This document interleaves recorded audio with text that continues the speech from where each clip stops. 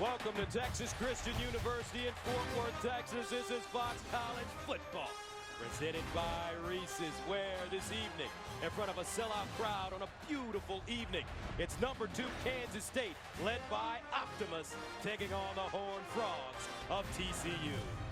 Gus Johnson along with Charles Davis. Time now to join the third member of our team on the sideline who moments ago met with TCU head coach Gary Patterson. Here's Julie Alexandria. Coach, you're known for your defense, so how did you prepare this week not knowing which quarterback you were going to go up against, Colin Klein or Daniel Sams? Oh, because of the importance of the game. I thought Colin Klein was going to start the game no matter what, and I think he will, and they're a good football team. So, for us, you got to get ready to go. See, the football gods are on our side. Absolutely. Now, you've been able to prove that you've been able to hold your own in the Big 12, but you seem to relish playing the role of the underdog. So how does that help you as you go up against the number 2 team in the country tonight? Well, like I said earlier, it's like Custer going over the hill. These next 3 teams we got are good football teams, a lot of history. They've won this conference title, so we'll measure ourselves in the next 3 weeks of what we got to do to get to where we can win championships starting with tonight. Thank you so much, Coach. Good luck to you. All right, Julie, TCU won the toss. They deferred, so Kansas State will receive the football. As you take a look at the series note, the highest-ranked team, Kansas State, to play at TCU since 1970. That was Texas, if I'm not mistaken, who came in here and really laid a whooping on TCU that night in 1970. I don't expect that to occur the same way. Wind could be a factor in this game.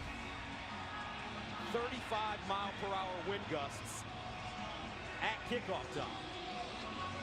He's talking to Gary Patterson in pregame, Gus, and he said that he's never seen the wind gust like this here, ever, at Amon G. Carter Stadium.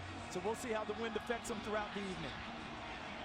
Jaden Oberchrome will send it away for TCU. The dangerous Tyler Lockett and Tremaine Thompson back deep.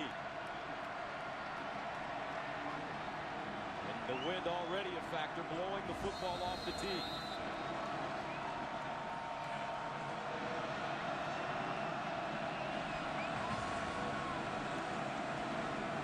Oberchrome. And we're underway from Fort Worth. This one out of the end zone. And Kansas State will start at their own 25. And that brings us to this evening's Taco Bell Impact Player. Chris Harper may not be the leading receiver for Kansas State, but he's a former quarterback, and his eyes as a receiver helped his quarterback Colin Klein. Arthur Brown, one of the best linebackers in the country, and Alan Chapman was the National Defensive Player of the Week with 3 interceptions last week. Josh Boyce is a game breaker at wide receiver. Devontae Fields having one of the best freshman seasons of anyone, and Jason Verrett has really stepped up his game at the corner. First down and 10 to the 25 for Klein. And the Kansas State offense, Colin Klein, 20-4 as a starter.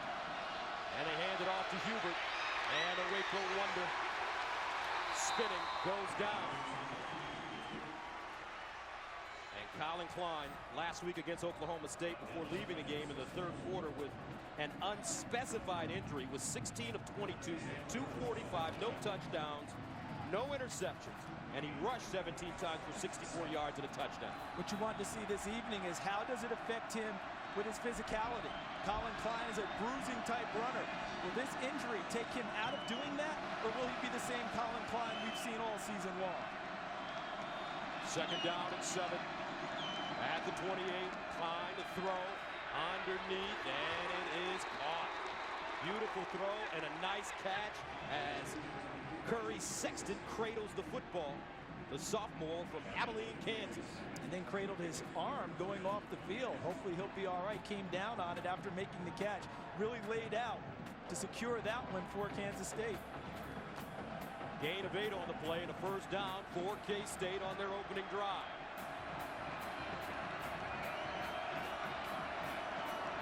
From the 36.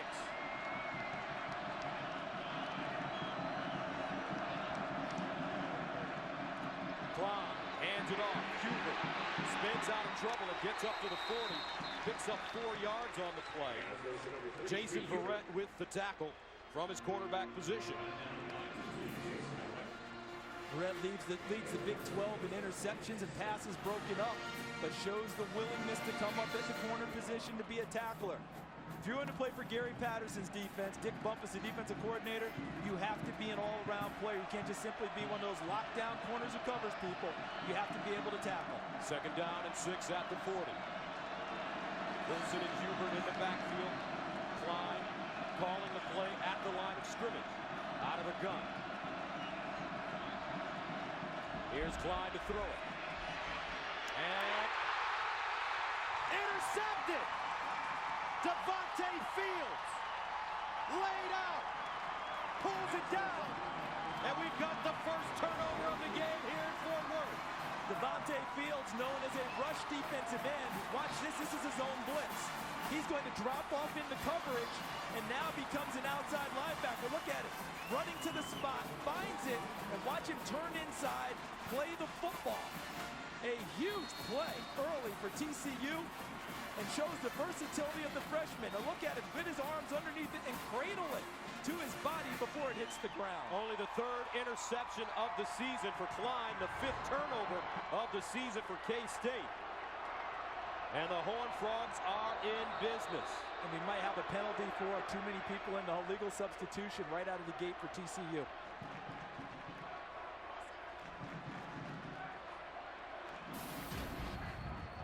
Illegal substitution. Offense. TCU going to huddle for 12 from the sideline. All right, let's go to Aaron Andrews in Los Angeles for a game break. Huge play here, Gus. Alabama, Texas A&M. A.J. McCarron with his second interception of the day. That was at 4th and goal. They were on the 2-yard line. Texas A&M has the ball here. We'll keep you updated.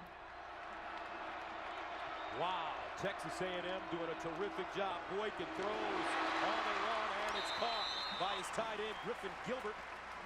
And Gilbert will pick up 5 yards on the play. So, Trevon Boykin, 6'2", 215, redshirt freshman from Mesquite, Texas.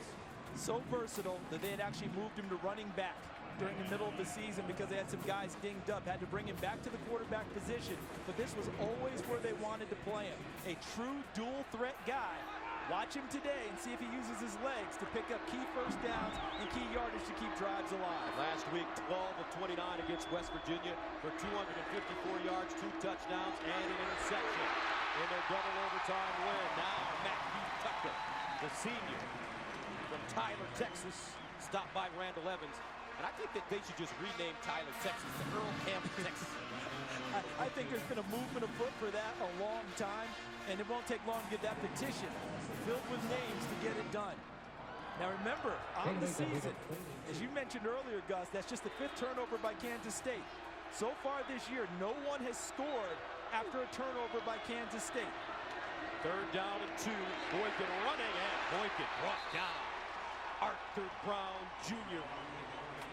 And if Colin Klein is Optimus, Arthur Brown Jr. is Bumblebee.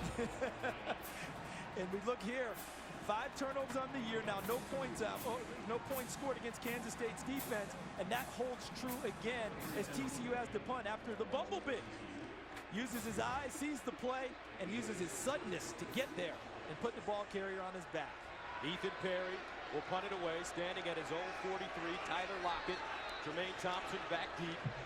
Perry with the Darren Bennett end-over-end punt. And fair caught at the 10-yard line by Lockett. A 32-yard punt. So after coming up empty on his opening drive, Colin Klein back on the field to lead the Kansas State offense. We'd like to welcome our men and women in uniform serving around the world, watching our broadcast in 175 countries and ships on AFN, the American Forces Network. Thanks for all you do. And what a day it is in college football. Alabama, #1 team in the nation, going down at home to Texas A&M. Now the #2 team in the nation, Kansas State, has an opportunity to leapfrog. Here's Colin Klein going for Harper. Got it! Harper still running. Down at the 27. The people's champ, Chris Harper, with the gain of 62. Kevin White with the saving tackle. And really, this play was designed for the big shot for both. You see Lockett with a stop-and-go move on Barrett. He could have had him, but he takes Harper to the other side as he turns around Kevin White and is wide open. And look at him stretch up, secure it, and then it's the run after the catch, dragging two Horned Frogs with him for additional yardage. First down and 10, second drive of the game for Kansas State. At the TCU 27. Klein hands it off to Hubert, dancing, and Hubert dragged down from behind by guess who? Devontae Field, the talented freshman. You know it's slightly interesting early, Gus? What is that? I know it's early, but Colin Klein has not carried the football yet. He has not. Now, we talked about the injury. Will Bill Snyder have to protect him a little tonight, or will we see the normal physicality? Because right now we're going to see the Wildcat. Colin Klein out wide. Klein will line up as a wide receiver at the top of your screen. Wildcat. Pease will handle the football, and Pease running it straight ahead. Now bounces it outside. He's on the edge. Angelo Pease out of bounds inside the 20. Now let's quickly go to Aaron Andrews in Los Angeles. Well, guys, this is the way it ended in T-Town. Fourth down, Bama without any timeouts. They jump off sides. That gives A&M the first down, and Aggies would go on to take a knee, and that's the way it ended. The Aggies pull off the upset, 29-24 over the #1 team in the nation. Thank you very much, Aaron. Third down and 3 now for Kansas State at the TCU 20-yard line. Klein, his first run of the night. Colin Klein breaks the tackle. Colin Klein down at the 5. I think we have our answer about if they're going to protect Colin Klein running the football, because you don't run a power run. Watch Hubert, 33, come across and lead. Gets good blocking up front, and look how he sifts his way through the traffic. Allows the blocks to happen, finds his way, picks his way, block, block. Now he takes off and goes upfield. They're not worried about his injury tonight. First down and goal at the 7. And the reason we haven't told you what the injury was, folks, is because we don't know either. Nobody does. Here's Klein running straight ahead. Bill Snyder, we talked to him on the conference call this week. He would not identify what the injury was, but there's speculation out there. And it's not only because it was Colin Klein. He doesn't do that for any injury situation, as many coaches across the country are adopting. Some people were speculating it was a hand injury. They showed that when he got hurt against Oklahoma State. Later on, they took his helmet, which often signifies that it's a head injury. But no one knows. Bill Snyder's not going to tell us. Colin Klein is healthy and is ready to go tonight. Already impressive. Second down and goal at the 7-yard line. Klein in the shotgun with Hubert. Here's Klein to throw it. Now he runs it with space. Colin Klein, touchdown K-State. I guess he's okay. If there's anything lingering, the first couple of runs kind of did it for us. This should cement it, and we don't need to talk about it anymore. What he's going to do is going to be a quarterback draw. Fake the pass, but look at Hubert leading. See 33? That told me that that was a design play. Fake pass, quarterback draw with the running back leading up into the hole. The running back, it was so wide open, he didn't have to block anyone. So Anthony Cantelli comes in to attempt the extra point. 8:17 to play in the first quarter. K-State goes up 7-zip. Colin Klein, Heisman candidate. Rugged style. Effective early here in Fort Worth.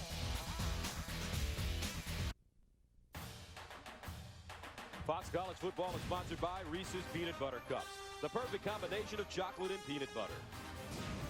And by Ram Trucks, Guts Glory Ram.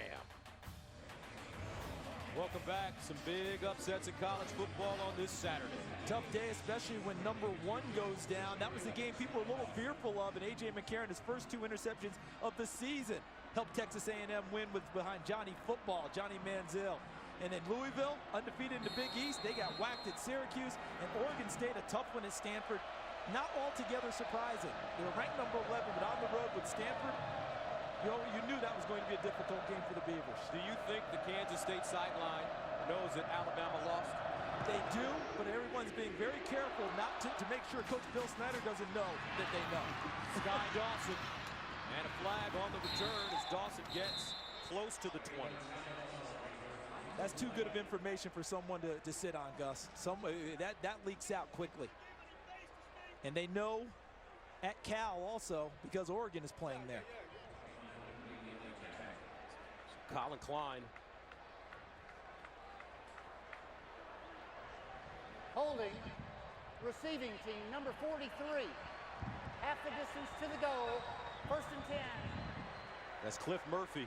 Ball for holding. And how about Colin Klein on the drive? 6 plays, 89 yards. Klein was 1 for 1 passing for 62 yards. 3 carries, 20 yards rushing. 82 total yards on an 89-yard drive.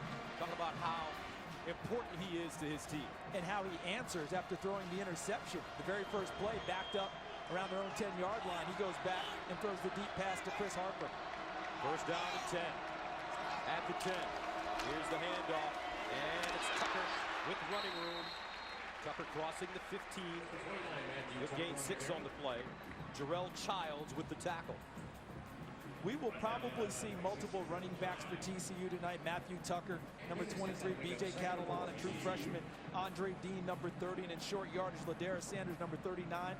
Someone has to step up and carry the load tonight for TCU and be the back that can help move the chains and control the football against Kansas State. 2nd and 4 at the 16. Here's Tucker again. And Tucker close to the first down. He has it. Matthew Tucker stopped by Meshach Williams. And he gains about 5 on the play. Those are back-to-back good runs, but you know what else? It's back-to-back nice job of handling the line of scrimmage by TCU's offensive line. To give the back an opportunity to hit it straight ahead, right up into the traffic, and move the chains for a first down. Now B.J. Catalan, a freshman from Houston, enters the game at tailback, number 23 for TCU. First down at the 21. Boykin to throw. Steps up in the pocket with running room. Boykin trips up at the 24-yard line by Childs after a 3-yard gain. And you can see young quarterback on that play because I think the TCU offensive staff has instructed him to the nth degree tonight. On a pass play, take your read. If there's pressure and you can step up and run, let's go. They don't want him hanging around back there where a big play can happen. A backside hit from Kansas State knocks the ball free. Gary Patterson wants him to use his legs, get up into the secondary, and get all he can. Brings up 2nd down and 7 at the 24. Tucker back in. He's the pistol back. Boykin rolling out. Now tucks it and runs. And Boykin crosses the 25, gets up to the 27, takes a hard hit from Arthur Brown Jr. and Adam Davis. And he gains 3.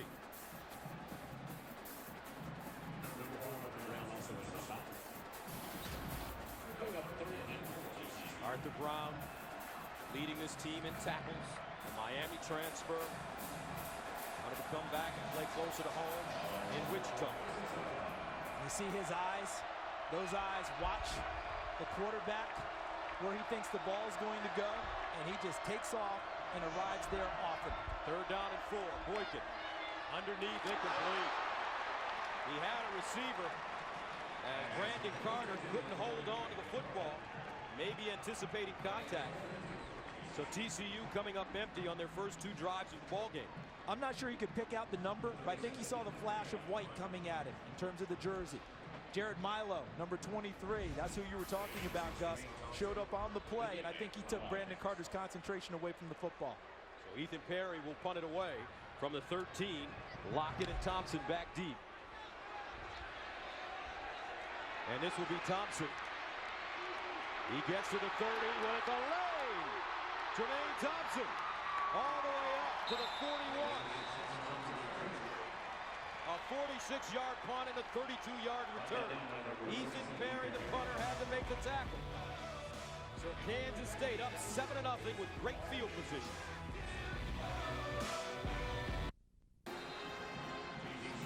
The UPS team performance Index is a statistical measure that looks at the efficiency of a team's offense, defense, special teams, and miscues to define their competitive advantage. Check out this week's rankings to see that Kansas State is at the top of the UPS Team Performance Index. A look at the logistics behind a winning team. And Alabama obviously took a hit to their index today, the biggest one being the loss on their ledger. And you mentioned during the timeout that Bill Snyder has his team playing like a machine, and not just on offense and defense, but special teams as well. And but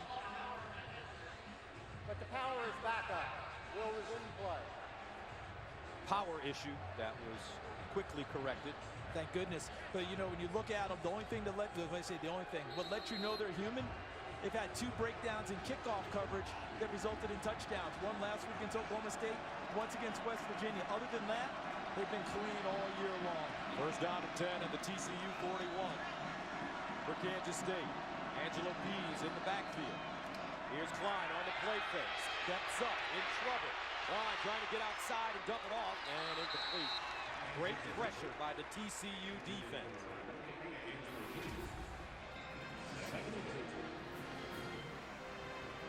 Colin Klein, 4,000-yard passing, 2,000-yard rushing. Not very many men have done it in Big 12 play. And look at that list, though. Eric Croucher works for us here at Fox, won a Heisman Trophy.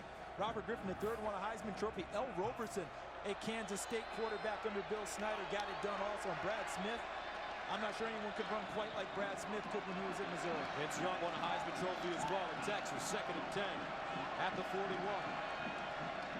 Here's Klein running the option. He keeps it, hops through the hole, and goes down at the 35. That was the year they won the national championship. Reggie Bush got the Heisman that was later taken away. Many people in Texas still believe, 1, Vince should have won the Heisman, and 2, why don't you just crate it up and send it to Austin now? You know what? Available. You know, I stand corrected. I felt they should have gave that Heisman Trophy to Vince Young after all of the stuff that happened at USC. Hey, if they had voted after the national championship game, he would have won in a landslide. 3rd down and 5 at the 36.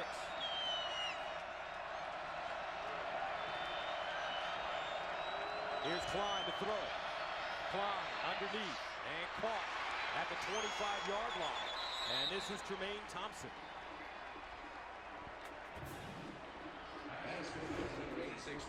Look at the protection he's getting. Colin Klein, look at the guys in front. Number 73 there was Tavon Rooks, who didn't give ground, let Colin Klein stay clean in the pocket, step into his throw and complete the pass. Cornelius Lucas, 78, the left tackle, keeping him protected very well in the early going. First down and 10 at the 25 for Klein and the Wildcats.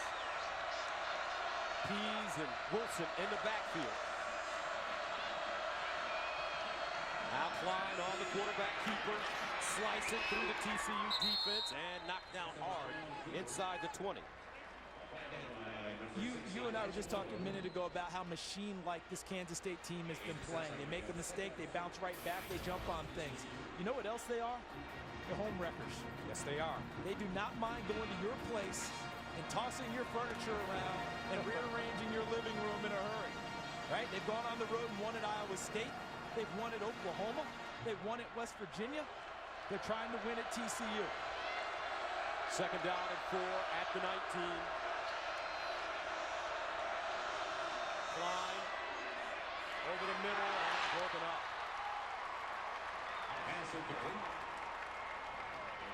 Tannehill, the intended receiver.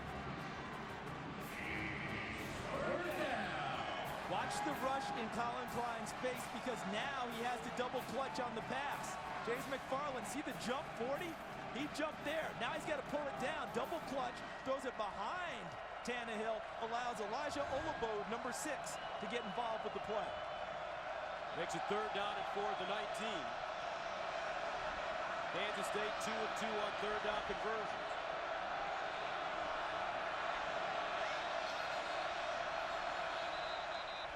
And this will go against the Wildcats.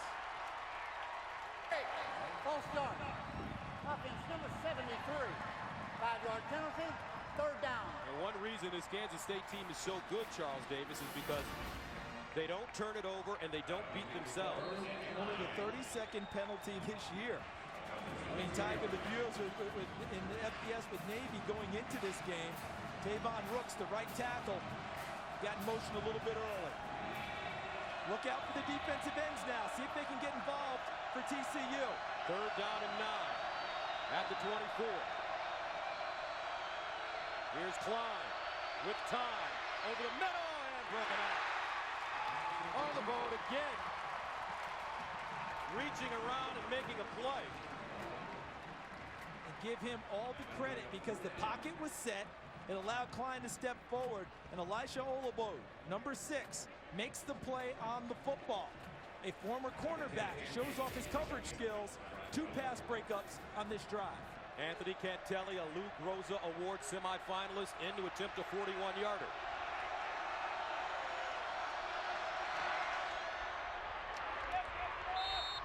Perfect. 2:59 to play in the first quarter. Kansas State taking a 10-0 lead. And we'll see if this TCU offense, led by this man, can figure out a way to put points on the board. Fox College Football is sponsored by Taco Bell. Sometimes you gotta live Moss. By Geico, 15 minutes could save you 15% or more on car insurance. And by AT&T, the nation's largest 4G network. AT&T, rethink possible. Hear the Frog in Fort Worth, Texas, home to the TCU Horned Frogs. But Kansas State now out to a 10-0 lead. 126 yards in total offense already for K-State, only 30 for TCU. Cantelli sends it away. And it's Sky Dawson from the 10. Dawson with a lane. Dawson still running, gets up to the 35, make it the 36-yard line, a 26-yard return. Next week, Fox College Saturday begins with a Pac-12 showdown as either the 19th-ranked USC Trojans take on the 18th-ranked UCLA Bruins or the 14th-ranked Stanford Cardinal battle the 3rd-ranked Oregon Ducks. Then the 12th-ranked Oklahoma Sooners square off with West Virginia. Coverage of Fox College Football presented by Reese's begins next Saturday at 2:30 Eastern, 11:30 a.m. Pacific. Oklahoma against Baylor today. West Virginia falling in Stillwater to Oklahoma State. First down and 10 at the 36. Boykin, and he delivers to his tight end, Corey Fuller. And Fuller wraps up by Jared Milo after a 7-yard gain. And in college football 2012, that last defensive possession goes down as a win for TCU. Just giving up a field goal. Because that keeps you in ball games instead of giving up touchdowns. And then you come right back. Good kickoff return for good field position. Give your young quarterback, Boykin, an easy throw on first down. Making it 2nd and 3. Opens up your playbook. From the 43-yard line, Catalan enters the game in the backfield. And they give it to him, and he has a huge lane and picks up the first down. So TCU has been able to move the football, but they haven't moved it in a timely fashion, meaning when they need a first down on 3rd and 3 or 3rd and 2, they haven't been able to get it. And all season long, 3rd down, they've been 37%. But on defense, this is where it gets you. Kansas State only gives up 39% on defense. So when you're looking at it with these percentages, obviously tonight for TCU, they've got to bump that up closer to 50% to keep the ball moving and possess it and keep it away from Colin Klein and the Kansas State offense. First down and 10 at the 49. Boykin rolling out of the pocket. And Boykin throws on the run, and he has his man at the 45. Boy, he threw a dart on that pass to Josh Boyce. Forced it into a keyhole. And that will be a 7-yard pickup for the Horned Frogs. And that's going to be another challenge tonight for Trevon Boykin, is accuracy. Because passes downfield against Kansas State are usually contested. Very few times do you get it downfield and a player is wide open.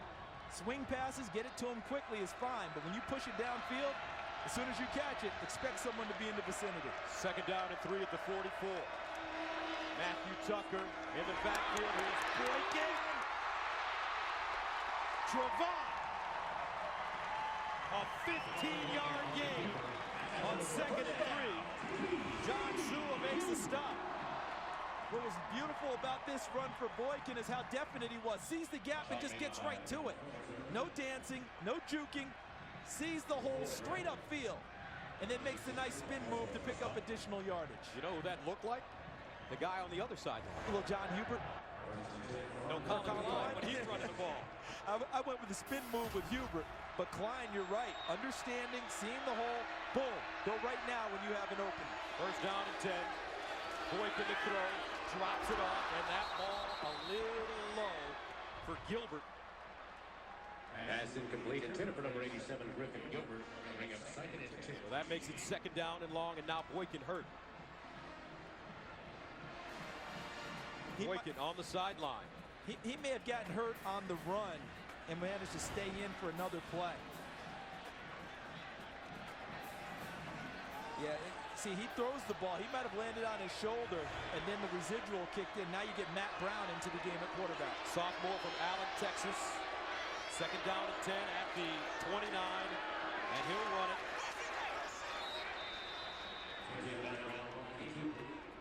As Boyd comes up with the tackle. So far on the season, Matt Brown is 3 for 4. 389 yards, no touchdowns, 1 interception. He's carried it 3 times for 12 yards. 89 yards, excuse me, 3 for 4, 89 yards. And Boykin being looked at, and that'll take us to the end of the quarter. The big story, the TCU quarterback injured. Colin Klein looks as healthy as he can be.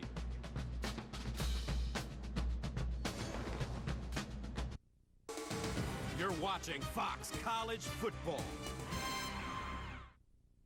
For athletes who participate in the Special Olympics, their achievements go well beyond the finish line. And that's why every year the Big 12 Conference partners with Special Olympics. Our values are the same: to demonstrate courage, to develop physical fitness, and to experience the spirit of competition. So, block by block, piece by piece, the Big 12 Conference and Special Olympics are working to promote acceptance for children and adults with intellectual disabilities. Because for them, it's always game day. On Fox 4 News after the game, a stunning upset in college football. Texas A&M knocking off #1 Alabama. We'll have Aggie highlights and postgame from Tuscaloosa. Plus, hundreds march in Greenville, angry and frustrated by the unsolved murder of a teenage girl. That story after the game. Welcome back to Fox College Football, presented by Reese's. The game between TCU and the 2nd-ranked Kansas State Wildcats. The story here, Trevon Boykin, the starting quarterback for TCU, injured, and now into the game, Matt Brown, facing a 3rd down and 9 at the K-State 28. Here's Brown, little high and incomplete, and he had pressure. Catalan, the intended receiver, and this is during the break as the staff looked at Boykin. When he got hurt, the first thing he grabbed was up towards his shoulder. So looking at the entire right arm, you see the hit that came on his right shoulder initially and then finished off the run. Stayed in the game for one more throw, and that's when he showed that he was in pain. So Jaden Oberchrome comes in to attempt a 45-yarder. He was 1 of 2 last week. And he pushed it wide.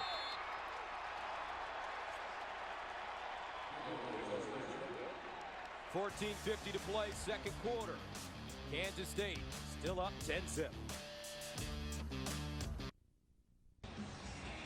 10-0 Kansas State. Now, I want to change the face of men's health. Join Fox Sports and the Prostate Cancer Foundation this Movember, folks, to support those growing mustaches for men's health issues. To learn how you can get involved simply by growing a mustache, visit www.pcf.org/foxsports.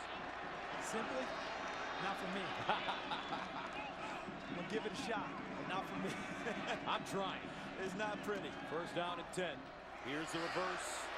And it's Tyler Lockett with huge space. Olabo pushes him out of bounds. But but for Gary Patterson, his team has some kicker issues right now. Overchrome is 15 of 20 on the season, but now just one of his last 5 after missing the 45-yarder. And in a game like this, when you need points on every opportunity against Kansas State, crucial that your field goal kicker's accurate. First down and 10 to the 45.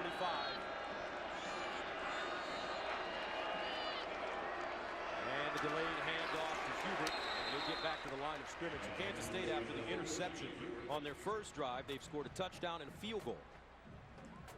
And yesterday, you asked Gary Patterson, Gus, in our meeting with him, how do you make Kansas State play left-handed, so to speak, play against what they normally do? And he said you have to win first down. You got to give them a second and long, third and long. On the first play of the drive, they lost first down in a big way. Here they won it. Can this be the time they start to have an effect against Kansas State? Second down and 9.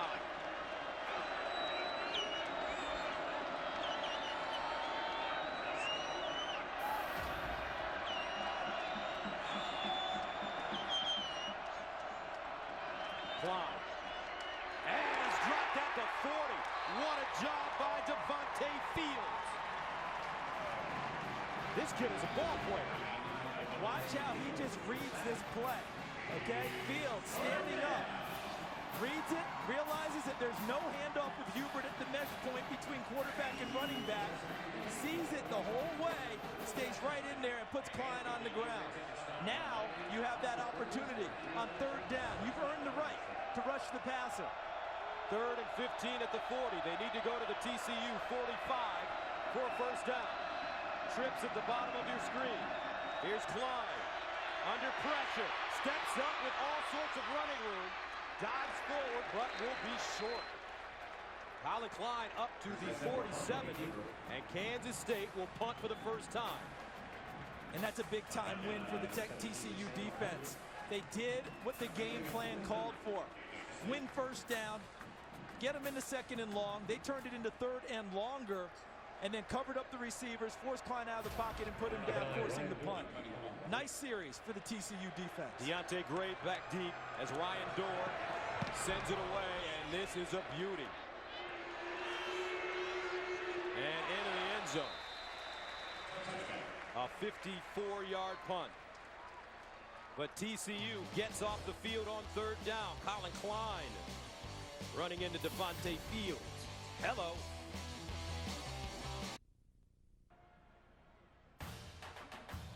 Fox College football is sponsored by the Buick Verano. Unexpected luxury in a car this size. 10-0. Kansas State with the lead, but a great defensive stand for TCU gives the Horned Frogs the ball at their own 20-yard line. Matt Brown remains in the game for Trevon Boykin. Brown handing it off, and there's some running room for Matthew Tucker.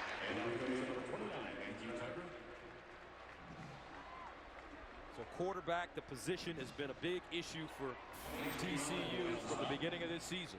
You see in the total yards, Kansas State with a big strike from Colin Klein gives them the advantage. But you going back to what you said, Gus, Casey Paul, who is a big-time player for them, their starter, their leader, he gets suspended. Well, Matt Brown had been moved to wide receiver for a while, had to bring him back.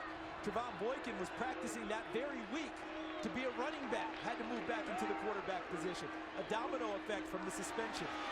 Brown will run it on 2nd and 4, maybe a yard on the play, as John Sewell was there defensively. Look at what the quarterbacks have done this season. See how they got off to the nice start with Paul Hall before they got into the meat of the Big 12 conference. His suspension occurred late in the week as they were getting ready for a game. Now some Boykin had to come in and play. Third down and 2 at the 28-yard line. And that was against Iowa State. He threw 3 interceptions in his debut. Brown to the sideline. Caught, first down, TCU. Josh Boyce gets out of bounds. Nice route.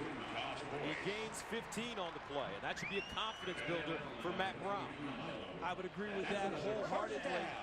And now that Matt Brown's in the game and has the football, He's got to start finding guys like Josh Boyce, number 82, Cam White, 88, Sky Dawson, 11, Ladarius Brown, 85, and Brandon Carter, 3. Those are the wide receivers for TCU. If they can get them out into space, into some one-on-one plays, trying to make the first guy miss, give them a chance to pick up big chunks of yardage. First down and 10 at the 42-yard line. Brown on the move and incomplete. That one thrown a little bit low. Ladarius Brown, the intended receiver.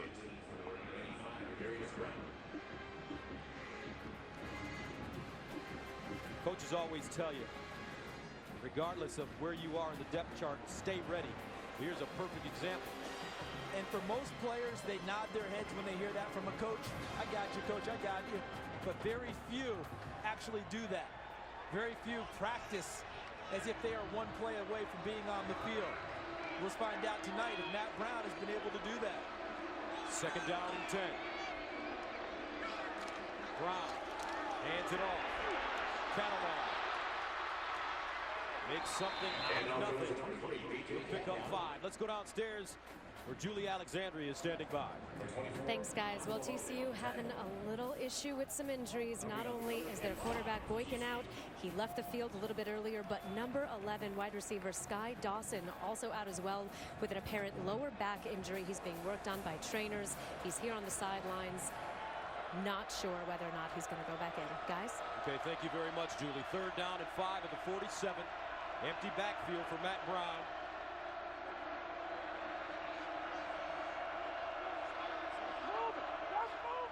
Here's Brown, steps up in the pocket, dancing, gets outside, and tripped up before he could really turn the corner by Jarrell Childs.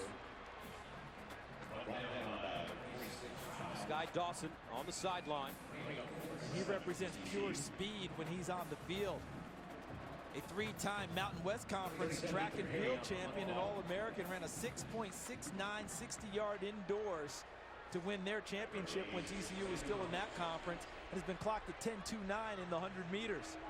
It's a big loss because he can truly stretch the field. One frog, send it away. Tremaine Thompson over to the sideline, loses his footing, and he will be down at the 6-yard line. Nicely done by Gamble. So Colin Klein back on the field after this.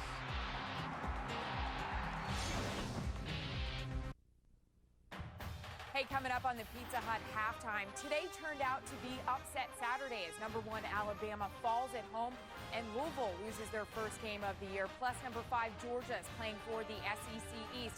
We'll get you caught up next on the Pizza Hut halftime. Good sign for TCU moments ago. Trevon Boykin jogged back onto the field. Remember, he left the game holding his shoulder after a 15-yard run. First down and 10 at the 7 for Colin Klein at K-State.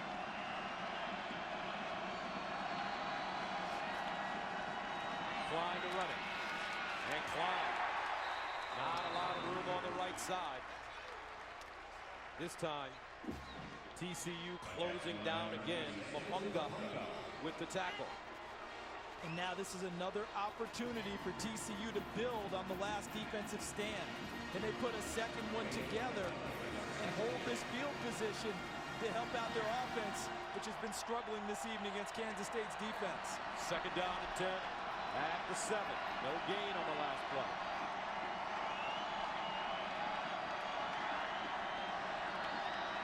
The handoff, and it's Pease. And Pease diving forward. Chris Hackett with the tackle. He's close to a first down. Chris Hackett. And he has it. Offensive coaches of Kansas State, Bill Snyder, of course, the head of all that. But Del Miller and Dana Dimmel, the co-offensive coordinators, help out a great deal.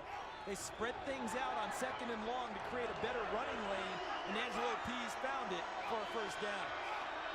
From the 17, after the 10-yard pickup. Klein slings it out. This time it's Lockett, and Lockett breaks a tackle and gets all the way up to the 30. Tyler Lockett. Nice running after the catch as Verrett and Carter combine to bring him down. Two things on that last play. Number one, that was a perfectly thrown football for that play. Stuck it right on the receiver with a chance to catch it. Moving forward, hits him right into the hands. Second thing, Tyler Lockett's ascension as a receiver, not just a return guy, has really added another dimension to the K-State offense. Had a 100-yard return last week for a touchdown against Oklahoma State. First down and 10. Now Klein. The 32.5, maybe the 33. Kenny Kane defensively for TCU. Early in the game, we were asking the question, would they have to do anything different with Colin Klein based on the unspecified injury from last week against Oklahoma State? Would they have to protect him in the run game? We got our answer early, second series when he ran the ball, and he's continued to run the football. There seem to be zero restrictions on Colin Klein in the game this evening. 9 carries, 35 yards for Klein. He's averaging close to 4 yards per carry. Second and 7.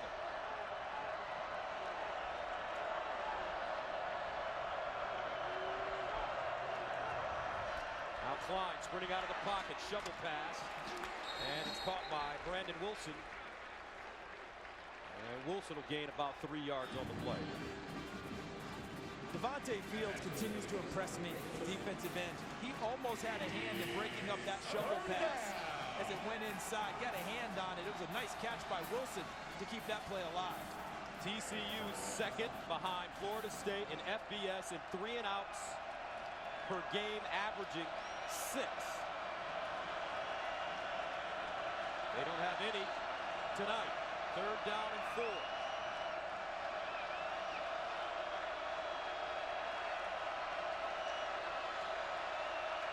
Klein, another shovel pass, and nothing. Great job by the TCU defense.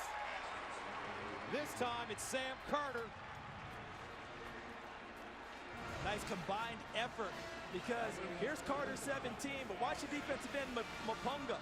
Good combined effort of staying at home, holding your point of attack, holding the gaps inside. Right there, Carter with the play. Sees it, makes it. So Kansas State will punt it once again. High, spiraling punt, and it's fair caught at the 15. The question is, will this young man, Boykin, come back in nursing a shoulder injury? From the bottom of the man. Fox College Football is sponsored by Aflac, official partner of the Heisman Trophy. And by K Jewelers, every kiss begins with K. 4:57 to play in the second quarter. K-State with a 10-0 lead over TCU. Time now for the Aflac trivia question. TCU won the national championship in '38. That was also the year of their only Heisman Trophy winner. Who was that? I actually know that one. I know you know that. That you know one, all that- of them. no. You know all of them. No, that duck stumped me a few times now. First down and 10 at the 15. And the handoff straight ahead. Catalan. Ishaq Williams there. And our Julie Alexandria has an update on Trevon Boykin. Hey guys, Boykin did leave the field. He got an x-ray. They've been testing the range of motion. Looks like he's going in. He's on the field right now in full pads. All right, thank you very much. And the fans here showed their appreciation for the courage of Trevon Boykin as he returns. Second down and 10 at the 15. Boykin will throw it. And that one deflected, incomplete. Adam Davis got 2 hands on the football. And Jared Anderson, the offensive coordinator, wasted no time in checking to see if Trevon Boykin's shoulder will hold up in the passing game. They weren't happy about the result with Adam Davis spiking it back at him. But what you're pleased with is he came back to the huddle, didn't grab his shoulder, showed no pain. So that's a good sign for TCU. But Adam Davis doesn't get enough credit at defensive end. A skillful pass rusher, plays the run very well, and does one of the better jobs in the country of running to the football from his defensive end position and forcing fumbles. Third down and 10 at the 15. They need to go to the 25 for a first down. Boykin sprints out of the pocket. And incomplete. And that one he grabbed the shoulder. And sometimes that happens on an incomplete pass. From my experience, when I got beaten pass coverage, You always grabbed your shoulder. you grab your hamstring. You limp a little. You don't want people to think that it was all your fault. There had to be an extenuating circumstance of why it didn't happen. That time he bounces the pass, touches his shoulder a little bit to tell everybody in the crowd, hey, I got a little bit of a ding shoulder. Bottom line, though, they have to punt from deep in their own territory. Tyler Lockett back deep. Comes up and makes the catch at midfield. 4:04 to go. K-State will play with the short field. Let's answer the question for you. TCU won the national championship in 1938. That was also the year of their only Heisman Trophy winner. And who was that? Davey O'Brien. One of the retired numbers here at TCU. I believe that's his number 8. Slinging Sammy Ball, 45. Jim Swink, 23. Hope I'm not missing or slighting anyone. Probably Bob Lilly, I believe 72 here at TCU, one of the all-time greats. As well as LaDainian Tomlinson. Number 5. Here's Klein. Steps up in the pocket. Klein in trouble. Klein goes down again. Mapunga comes back to get it. Another win on offense. Watch to the right of the screen here. Mapunga sees the play, gets past Braden Wilson, number 37, and look at the pursuit. He's been battling an injured foot, missed a couple of games. This is as close to being 100% healthy as he has been in a few weeks. Second down and 13 after the 3-yard loss. At their own 47. Klein. And incomplete. John Hubert, the intended receiver. You have to tip your cap to the way this TCU defense is playing right now. They are giving their team an opportunity to stay in this game. And I think the effect of the coverages that Gary Patterson and Dick Bumpus, the defensive coordinator, are mixing and matching right now are starting to help their defensive front. Colin Klein doesn't have anywhere to go with the ball initially. They're making him hold it. That allows the defensive line to put some pressure in his face. TCU looking for their first 3 and out of the evening. 3rd and 13 at the 47. Klein. Scrambling. Klein. Oh, they track him down at the 35. Woo! Chucky Hunter. This front 7 of TCU came to play tonight. Watch why the defensive line has an opportunity. Look at the coverage. Where do you go with the football? They made him hold it a little bit longer. Almost bracket coverage on the backside against the receivers. That allowed Chucky Hunter in the defensive front to haul down Colin Klein. Deontay Gray will get a good shot at the 20. Dorr booms this one. And it's muffed. Kansas State has a football. Flag on the play. Ryan Dorr unleashed a rocket. 55 yards. Maybe the best punter we've seen in the last couple of seasons. He has had such an effect on games with his team. What, he put up 2 inside the 10 against Oklahoma? A good number of those against Iowa State. We've watched him over 2 years really be an excellent punter. Illegal block in the back. Number 23 on the receiving team. The penalties decline. The result of the play is a first down for Kansas State. And look at that. When you field the ball, they always tell you to play it like a center fielder. They want you deep enough to come forward and catch the football as a return specialist. When you have to retreat and try and catch it over your head, that's what ends up happening. Mistakes are made. Kansas State with a golden opportunity. So the Wildcats have the football at the TCU 5. First and goal. The handoff, Hubert, and he's dropped behind the line of scrimmage. Marcus Mallett, the sophomore from Cleveland, Texas, with the stop. And now what you're asking your TCU defense, which we just talked about a minute ago, that's been battling so valiantly, what you're asking for them right now is field goal attempt. You're asking for, hey, if we give up 3 here, you see Gary Patterson on the sideline. That was Dick Bumpus, his D coordinator next to him. If they give up 3 here, they will be extremely happy to get away from that disaster. 2nd and goal at the 7. They blew that play up as well. Terrell Lathan. Another one of the true freshmen. Take a look here. Lathan just gets right past Cody Whitehair, number 55. Beats him at the point of attack and is in the backfield as Hubert takes the handoff. 16 true freshmen playing so far this year for TCU. Lathan, one of them. 3rd down and goal at the 11.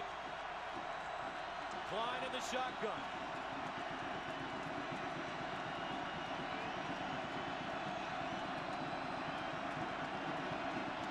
Klein to throw it. Looking.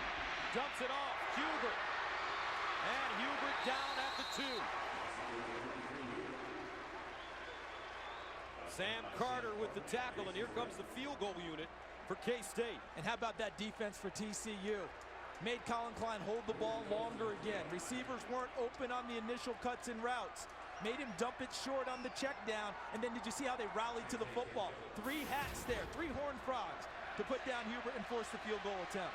Ken Telly in to attempt a 20-yarder. He's been good from 41 tonight.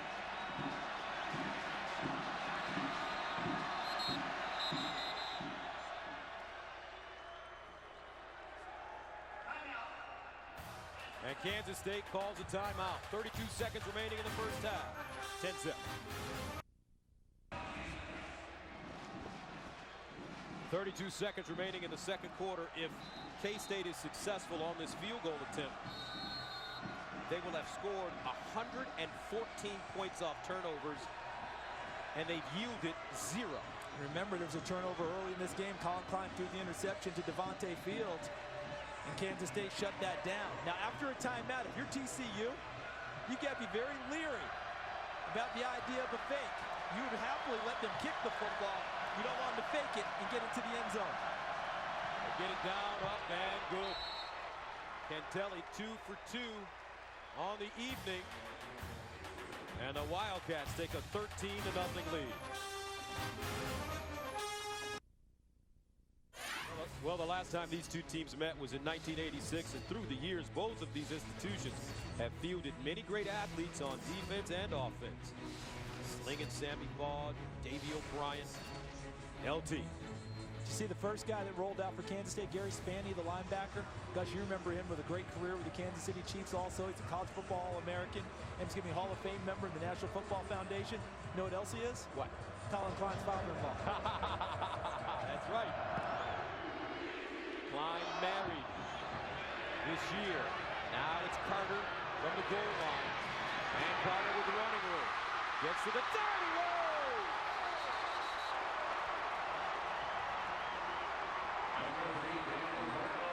Brandon Carter goes Ronaldo Nehemiah on us. And look at Skeets get into the air over Cantelli's attempted tackle before Zimmerman knocks him out of bounds.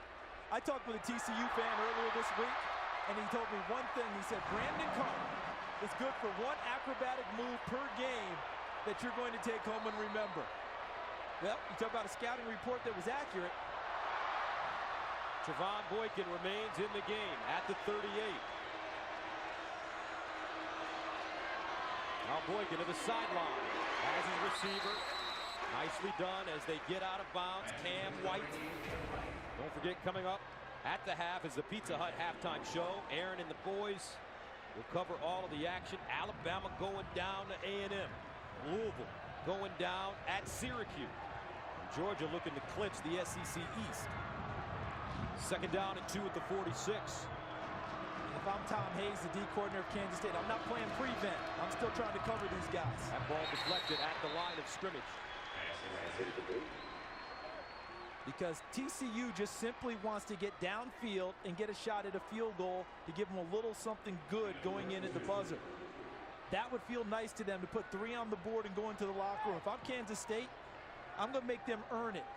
I'm going to make sure Trevon Boykin can throw the football because they haven't thrown it downfield much tonight. Justin Tungo getting a hand on the ball for K-State. Third down and 2 at the 46. 13 seconds to go. Boykin. Underneath. Picked off. Zimmerman again. Zimmerman. Taken down at the 30. Ladarius Brown with the saving tackle. But Ty Zimmerman has been sensational this season. That will be his 5th interception on the season. He had a string of 4 straight games with an interception. And right now, if you're Kansas State, run out the field goal unit, 4 seconds to go, and try to put points on the board as the clocks hit 0. So Cantelli will attempt one from 48 yards away. He's perfect tonight, 2 of 2. And he shanks this one.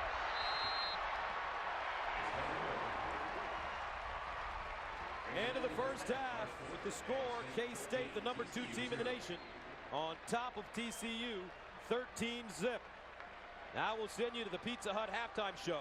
Here's Aaron Andrews. Welcome to the Pizza Hut halftime. Pizza Hut, make it great. Everybody was feeling great after watching Colin Klein take it in himself for 7 yards in the score as K-State leads TCU at the half, 13-0. Glad to have you here with us. Aaron Andrews alongside Eddie George, Joey Harrington, and that guy right there was the top story all week long. How was he going to feel? If he was going to play, if he was going to start. He made it known early. He looked and felt pretty darn good. Colin Klein is a warrior. You know, he really is. I anticipated that he was going to come out, play his type of game, not shy away from contact, be very physical at the point of attack. So I fully expected him to come out and have that type of game. And for TCU, their defense is coming of age. Just the youth of this defense making big play after big play, but it's also the youth that they have a lot of mistakes and haven't been able to score points. Gave up a interception at halftime, almost hit the field goal, could have been devastating. So they're really lucky right now to be down 13 points and going into halftime. Yeah, you might have expected TCU to fold after Colin Klein came out and took them to 10 straight points, but TCU's defense has played fantastic.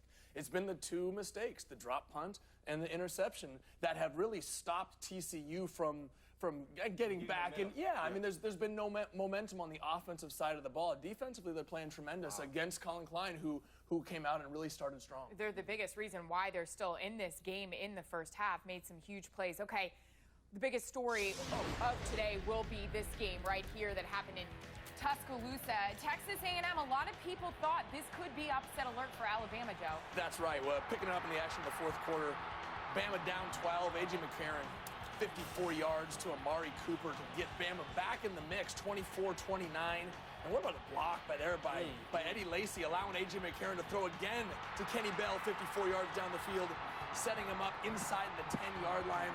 4th and goal, A.J. McCarron rolling to his right, but is picked off on the goal line. A.J. McCarron's 2nd interception of the game after going 291 straight without throwing one. Johnny Manziel couldn't watch, and Alabama makes a mistake at the end after stopping A&M to possibly get the ball back, make a mistake, 24-29. Here's Nick Saban after the game. I was really concerned about this week. We seemed like we were a little bit out of gas, this week.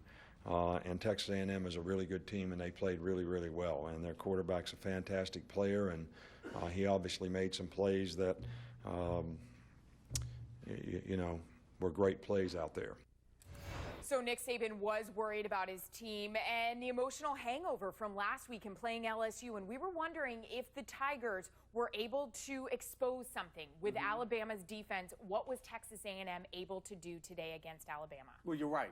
Coming off of a victory, an emotional victory at LSU at night last week left them kind of drained, and Texas A&M came in with an excellent game plan of expounding on what LSU was able to do in the 4th quarter of that game, was to spread them out, create one-on-one matchup problems, and that's why Johnny Manziel had a fantastic first half and found ways to make plays at the end of the game because of that very reason. Yeah, the thing that surprised me so much about this football game, though, was Alabama who is normally such a disciplined defense, allowed Johnny Manziel to get out of the pocket, to do his scramble around Johnny football, make plays, and he did it all night long. You figured that Alabama would make some good adjustments at halftime and start to contain them. They did a little bit in the third quarter, but Johnny Manziel was too good for him today and played fantastic. A freshman going into Tuscaloosa and knocking off the #1 team in the country. Two things here. Obviously, Twitter chatter. I've been keeping an eye on it. People say he played his way to New York City for the Heisman. Your early thoughts on that? I like it. Yeah, he played big to go into Alabama and beat the #1 team in the country. And a lot of hype has been behind him already this year. He may have put himself in a position to go to New York City. Yeah, I really do. I wouldn't vote against him going to New York. I wouldn't vote him, not to win it, but go make the trip. He can go to the stock exchange, go see some of the highlights, go see a Broadway show, but he's not going to hold the show down. Johnny Manziel, probably the biggest win of his career, Kevin Sumlin's career, and he still is not going to let Manziel talk to the media. All right, Mississippi State at LSU. How would the Tigers feel after that emotional game last week against Alabama? Well, so far so good here, Aaron. Zach Mettenberger hit Spencer Ware, who makes a beautiful catch for a touchdown. Who said that running back couldn't catch? LSU up 20-10 at this point. Georgia, Auburn. There you go. I'll go on the sidelines. Number 5, Georgia visiting Auburn. Aaron Murray knocked out of the game early on his first play back. Throws a strike to Tavares King. Feet him bound for a 17-yard touchdown. 28-0. Our game earlier today, Oregon State at Stanford, guys. Kevin Hogan making his first collegiate start. How would he do? He was outstanding today. 3 touchdowns on the day. Here's one to his tight end, Zach Ertz, for a 13-yard touchdown. Stanford wins on the road or at home, 27-3. Another upset, Louisville, Syracuse. Another undefeated goes down today. Louisville getting beat up by Doug Marone's Syracuse Orange. Prince Tyson goalie taking it 55 yards on the ground all day for Syracuse today, 45-26.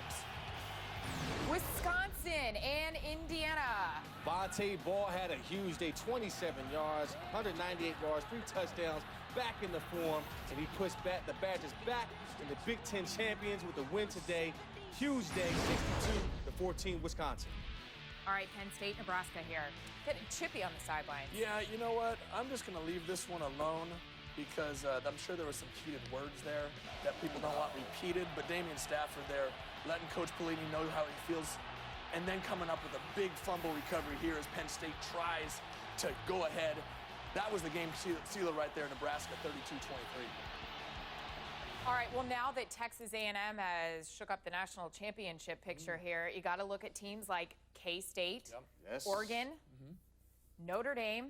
I mean, tell me your thoughts. Georgia now. Exactly. Yeah, they're sitting at number 5. Now it's interesting. Now the plot thickens. Now Kansas State, they may possibly, with the win here tonight, take over the number 1 spot. Oregon moves up, obviously, and Notre Dame wins, they move up. It's a different ball game. It's one thing to be the hunter. Now, when you're the hunted, it's a different story to carry that pressure, especially this late in the season. Well, speaking of the pressure, let's check in on Notre Dame visiting Boston College. And just moments ago, quarterback Everett Golson with the 2-yard touchdown run. That would put the Irish on the board. They lead BC 7-0, guys. Now let's fire up the Pizza Hut Man Cave and check out Pizza Hut's greatest play of the day. Joey, who do you have? We're going to Austin, Texas here. I had to think about this one. Going to Austin, Texas, Darrell Royal being honored today, not only off the field, but on the field. The first play of the game, they go in the wishbone formation. Pitches at Jackson Shipley, who throws it back to David Ash, down the field to Greg Daniels for a 47-yard pass. Great combination of tradition and ingenuity with Brian Larson. I want to stay with our game earlier today, Oregon at Stanford. Kevin Hogan, under pressure, dumps it off to Stephon Taylor. Watch this great piece of running. Poetry in motion, dips back inside, stiff arm, goes in, 40-yard touchdown. Check it out again. Under pressure, watch this move right here on the sideline. Goes back inside. Beautiful job. That is my play of the day, Aaron. All right, well, you can tell us who you thought had a Make It Great play of the day at foxsports.com/Pizza Hut College. Pizza Hut, make it great. After the break, some of you will get a news update from your local Fox affiliate, while the rest of you will rejoin us back here to break down the second half of K-State TCU when the Pizza Hut halftime returns.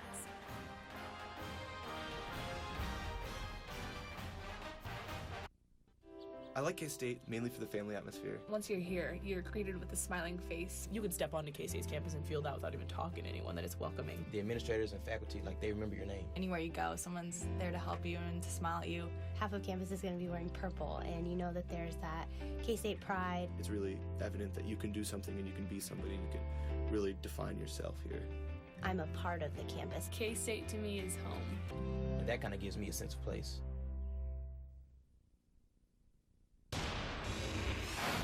Good evening, I'm Richard Ray. We'll get you back to the TCU game in a moment. But first, joy in Aggie Nation tonight. Texas A&M stunned #1 ranked Alabama today in Tuscaloosa. The Aggies, ranked 15th in the nation, were led again by freshman quarterback Johnny Manziel. Johnny touchdown with this wild scramble and touchdown pass to Ryan Swope. The final in Alabama, 29-24. We'll have more highlights in postgame after this game. Hundreds marched in Greenville today, angry and frustrated over the unsolved murder of a teenage girl. Many dressed in purple, 16-year-old Alicia Moore's favorite color. Friends and family members walking from Graham Park to the corner of Borland and Walnut Streets. That is the last place that Moore was seen alive. She got off a school bus at that corner a week ago and then disappeared. 5 days later, her body was found in a storage trunk in Van Zandt County. Police have not made an arrest in the case. A windy day today across North Texas. People out and about in downtown Dallas were having trouble keeping their hats on and their hair in place. The wind comes ahead of a potential severe weather outbreak on Sunday. Ron Jackson in the Weather Center with more on that. Yeah, Richard, good evening to you. Yeah, winds gusting up to as high as 43 miles per hour this afternoon. A wind advisory continues for the Dallas-Fort Worth area. But I think by tomorrow there will be a line of scattered showers, some severe thunderstorms possible. Late tomorrow morning, early tomorrow afternoon. It's going to be moving quite fast. Right now you're looking at wind gusts across the area. Still quite windy out there, so be careful if you're out on the area lakes. Now, once this band of thunderstorms moves through tomorrow, I think we're in store for some very chilly weather. We'll talk more about that a little bit later, Rich. Thank you, Ron. Join us after the football game. More news, weather, and sports.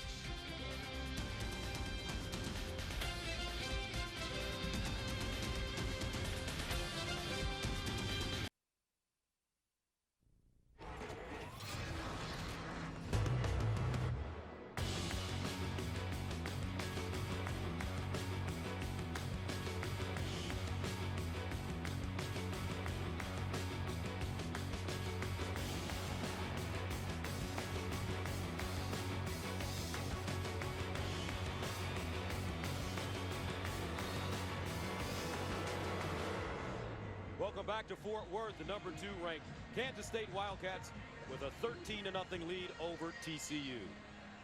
Gus Johnson along with Charles Davis's CD defense for both sides, very good in the first half. This game could have gotten away from TCU in a big way, but their defense limited Kansas State enough that there's plenty of hope at the half. When you're limiting people to field goals in football 2012, you're doing your job because this was a critical play. Deontay Gray, the freshman returner, can't field the ball. Jonathan Truman recovers it, but they held him to a field goal as Cantelli converts. Then right before the half, Trevon Boykin throws the interception to Ty Zimmerman. A 48-yard field goal attempt at the buzzer to increase the lead goes awry. It's only 13-0. And look at the forward-game summary. Colin Klein, we were worried about his health coming in. He's played pretty well overall. TCU can't get their offense really moving. Kansas State's defense doing their usual stellar job of limiting people. And look at that, combined 67 total yards in the second quarter. Both defenses having a huge effect on this game. TCU deferred at the beginning of the game, so they will receive the football to start the second half. Colin Klein gets loose on the Kansas State sideline. Brandon Carter ready to return, and Trevon Boykin, after suffering a shoulder injury in the first half, he came back, and he's looking forward to getting out there now. And this one out of the end zone, and they'll get it at the 25. Let's go downstairs to Julie Alexandria. Hey guys, I just spoke to Coach Patterson to see what he was going to have to do so they could get up on the board here in the second half. He said, we're going to have to convert on third downs. We've got to limit the turnovers. And he said they have control of the ball first, so they got to make something happen. Also, another thing, guys, a factor major here, The wind has died down considerably. Hopefully that will help. Back to you. All right, Julie, first down at 10 at the 25 for TCU. And a kid ran out on the field, folks. He's supposed, you know what he is? He's the kid who's supposed to get the kicking tee. And he got out there, and the view was so good on the field that he didn't want to leave. So they had to go get him and the tee to get the second half started. I think he wanted to play. Here's Boykin side-arming it to Fuller, and Fuller will pick up close to 8 yards.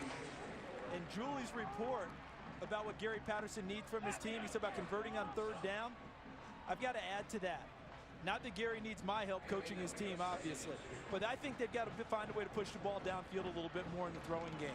And Julie's last note about the wind dying down gives them a better opportunity to do that, because the way Kansas State is snugging up the receivers, they've got to push them back a little bit and make them think they can throw it deeper. And Tucker picks up the first down. But, you know, we talk a lot about Bill Snyder and what he's done at Kansas State, but I tell you what, Gary Patterson, 52 years old, in his 12th season here at TCU, is one of the great coaches in America. He's led the Horned Frogs to 5 conference championships, 4 in the Mountain West, and 1 in Conference USA, 7 bowl wins, including the 2010 Rose Bowl, a 21-19 win over Wisconsin. TCU finished that year 13-0 and number 2 in the final AP poll. But this is a terrific football coach. First down at 10 at the 42. Here's the option. Tucker. And he'll pick up 3. And in trying to move the ball against Kansas State, I'm going to go with a basketball analogy. When a team puts pressure on you and you have a team that can compress you a little bit, Kansas State seems like a half-court defense. But what they do is they make it difficult for you to get the ball across the 50. All right, so let's say that's half-court in basketball. And then you get it across there, you take a sigh of relief, and then you're like, hold it, I still have to run my offense in the half-court. They make it difficult on you in numerous occasions to try and get the ball downfield. Tough to move it. Second down at 7. Boykin, he's been very successful with that pass there, although Josh Boyce dropped it. And that'll bring up third down and 7. They're 1 of 7 on third down conversions this evening. And that goes right back to when your quarterback is struggling, then everyone else has to find a way to pick him up. Wasn't the best thrown pass, we know that. But you're going to need to help out your quarterback a little, make some of the more difficult catches in order to try and keep the ball moving downfield. Third down, 7 at the 45.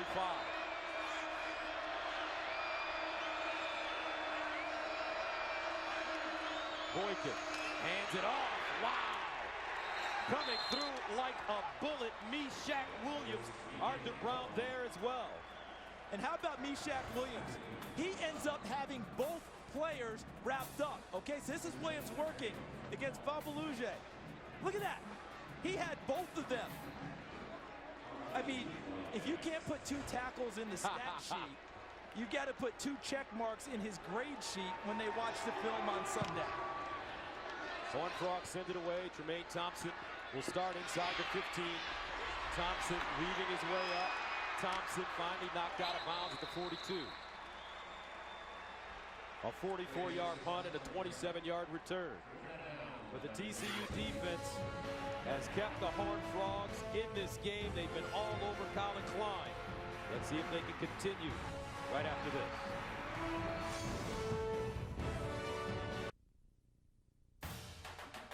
Fox College Football is sponsored by Pizza Hut. Make it great. And by the amazing Spider-Man, now on Blu-ray Combo Pack. This kid, Tremaine Thompson, has been wonderful on special teams. The Wildcats are second in the nation behind Boston College in punt returns with an average of close to 25 yards per return, sparked by Tremaine Thompson, averaging 29 yards per return coming into this game. He has returned 33 and 27. Here's Klein throwing incomplete. He's returned 2 punts, 33 yards, and 27 yards so far. And that's the other cornerstone of this team, their incredible ability to play special teams. When you have good return teams, you win the battle of what we call hidden yardage. The yardage you won't really see on the stat sheets. Instead of the ball coming out to the 20 because it goes in the end zone, you bring it out to the 35. I mean, to the 25, I should say. You bring it out to 35, you add 10 yards. on a punt return. You get a couple extra first downs on a punt return. Help your field position, help your offense with shorter drives. Second down and 10 at the 42. Here's Klein. Over the middle, caught by Tremaine Thompson. And Thompson crosses midfield, close to a first down. And he's about a half yard short. Kenny Kane and Derek Kindred combining on the tackle. And when TCU gets the ball back on offense, their receivers need to take a page from Kansas State's guys. Because when the quarterback is inaccurate, your athleticism must increase as a receiver to catch the football. Kansas State's receivers do that for Colin Klein. Third down and short. Wildcats need a yard. They're 0 for their last 5 on conversion. Harper in motion. Here's a handoff. Hubert. And second effort may have gotten it for him. Looks like it has. Now, what is this, the 4th time we've seen Kansas State? Yes. What do we normally see in that situation? Him spinning. Colin Klein sneaking, too. That's right. You know, a lot of times that's a sneak play for Colin Klein. He does it with patience sometimes. Sometimes he just burrows ahead. But that time they elect to move the ball from off the line of scrimmage and let Hubert pick it up behind Braden Wilson, number 37, the fullback. So first down for Colin Klein at the TCU 47.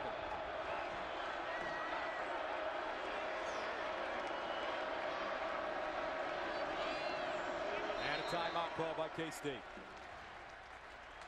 11:17 to play, third quarter. Kansas State 13, TCU nothing.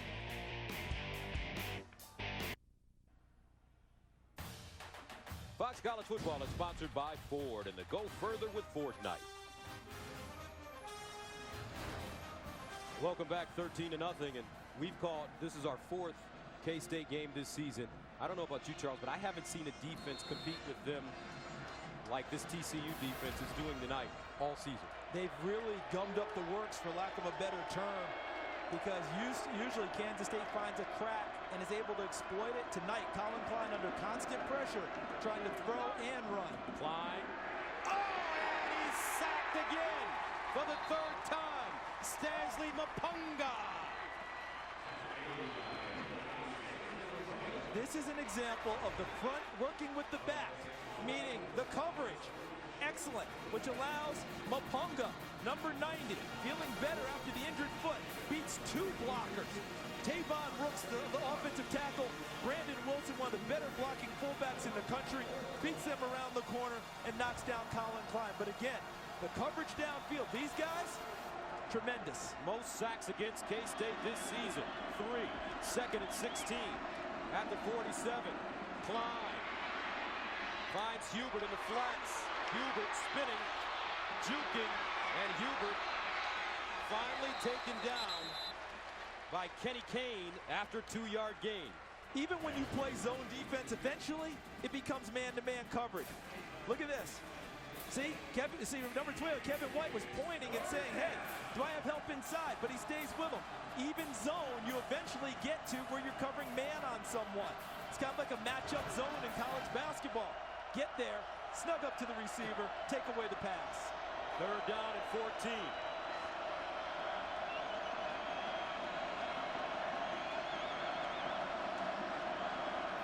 Colin Klein out of the shotgun. Rolls out of the pocket, steps up now. Klein wants to throw it. Oh, what a pass and catch, first down. Colin Klein, so patient, finally found Tyler Lockett for first down. On 3rd and 14, they get 15. And Kansas State cuts their highlight reel for the year. Cut this play out and put it under the heading, this is how you extend the life of a play. You talked about his patience. As we see Elijah Olabode on the ground for TCU getting attention. But how about him keeping his eyes downfield, knowing exactly where he was on the field, doesn't run out of real estate on the sideline, and finds a receiver downfield. Everything you talked about. Because right there, Mapunga's done a nice job. All right, he's got him, he thinks corralled in the pocket. He steps up inside and then exits out. Pump fake. The 3rd one, able to put it in there. Now watch Lockett in the middle, number 16. He sees his quarterback's in trouble. What's he trying to find? Open area. Dead grass, as many people call it. Presents, and Klein delivers. First down and 10 at the TCU 36 for K-State.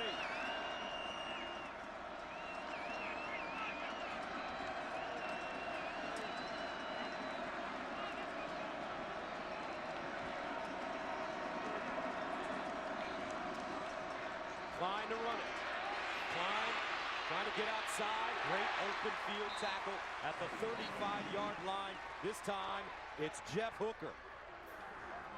And I don't know if you've talked about it yet, Charles, but TCU, defensively, their formation is different from any of the other defenses that we've seen this year. They run out of a base 4-2-5, and Gary Patterson's done that his whole career. What that means is 4 down linemen, 2 linebackers, 5 defensive backs. That's their base for just about everything. Sure, it'll change up occasionally, but those defensive backs allow you to get extra people into the box while still playing coverage in the secondary. In other words, heavy run teams, you'll face an extra defender or 2 closer to the line of scrimmage. Klein to throw it. No, now it's off with running room. Colin Klein down the sideline. Touchdown K-State. He does it again, 34 yards.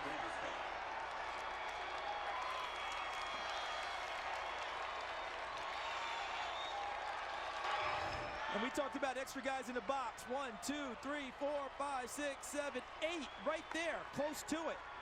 And this is why Colin Klein is called Optimus Klein and the front runner for the Heisman Trophy. He finds a gap, gets a nice block downfield from Tannehill, his tight end, and you don't think he's as fast as he is? Evidently, he has speed. Beats him to the pylon for the touchdown. 8:21 to go in the third. Kansas State extending their lead 20-0. Colin Klein using his legs. And he hits pay dirt, his second touchdown tonight.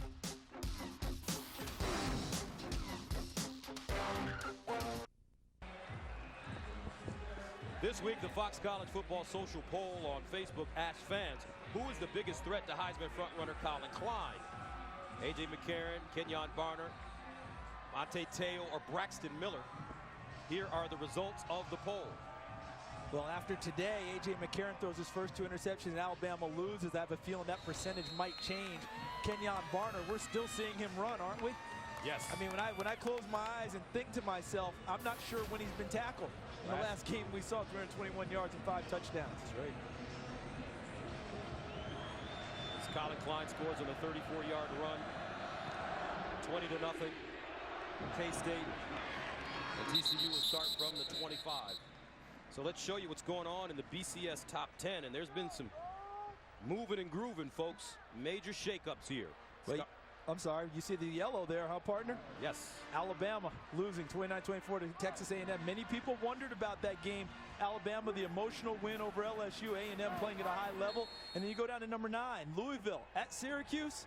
Louisville had been behind, I believe, in 6 of their games this year. And people were wondering, could they continue to hold on? Doug Marrone in Syracuse behind quarterback Ryan Nassib. A monster win. LSU up 3 on Mississippi State. And a lot of other games just getting underway or early in the action. First down and 10 at the 25. Boykin to throw.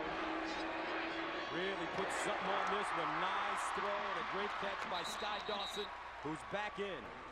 A 22-yard gain. And speaking of scores, let's go to EA. She's in the game in L.A. Thanks, Gus. Mississippi State down 20-10 to LSU. Chad Bumpus. 14-yard touchdown pass from Tyler Russell. LSU still leading by 3, though, guys. How about Mississippi State? Got up to that great 7-0 start and got whacked the last 2 weeks with Alabama and then Texas A&M. The previous play is under review. So they're taking LSU to the limit this evening.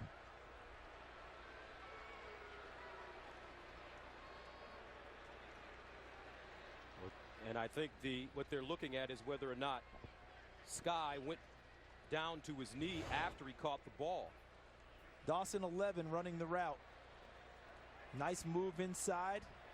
catches the ball, and knee was down towards the turf. I'd have to see it really with stop action. Let's see how far down it goes. Yeah. See right there? I think they're going to bring it back to the point where he caught the football and his knee went down. But looking at the top 25, you have to really give a lot of credit to what's going on at Texas A&M this year. Remember last year when we had them, they would lead games and then relinquish the leads in the third and the fourth quarter. They were a top 10 team in preseason. I believe they lost 4 or 5 games last year, second half, fourth quarter, with leads, double-digit leads. And that ended up changing the complexion of their program. Mike Sherman let go as the head coach. Kevin Sumlin has come in and done an outstanding job. We can talk Johnny football all we want, and he's been amazing. Johnny Manziel at quarterback, but Sumlin's been terrific. After review, the runner's knee was down at the 42-yard line. 1st and 10 from the 42. And Gus, when you have a quarterback who hasn't been as accurate as you need, Sky Dawson treated that pass almost like a shortstop in baseball. Remember when we were kids and they taught us, don't let that ground ball pass you. Get down on one knee and block it with your body. I felt like Sky Dawson was saying to his quarterback and to his team, I'm going to secure this catch first. Anything after that is gravy. So first down for TCU. Here's a handoff. Catalan. And Catalan crosses the 45. Childs brings him down. He picks up about 5. And they threw the ball downfield to Sky Dawson. I feel like that it would be an opportunity now, again, for TCU to think about pushing the ball downfield while there's still real estate. Because once you get towards red zone and Kansas State tightens up and you don't have as much room to operate, much more difficult to fit passes in to smaller windows. Second down and 5 at the 47.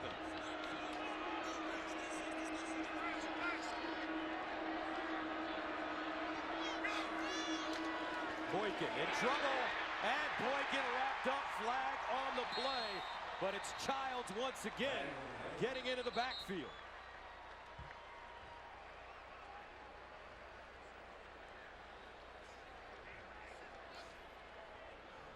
And they never even looked at the play fake. I mean, they just made a beeline for the quarterback. Illegal chop block, number 23. The penalties declined, 3rd down. That's B.J. Catalan. So Catalan's the running back, but watch Childs, 26, bottom of your screen. So there's the chop, and the reason because the offensive player was engaged at the time by a defensive player by an offensive lineman, so the second guy can't chop him down low. But Childs never respected the play fake and went right to the quarterback. A loss of 18 yards. 3rd down and 23.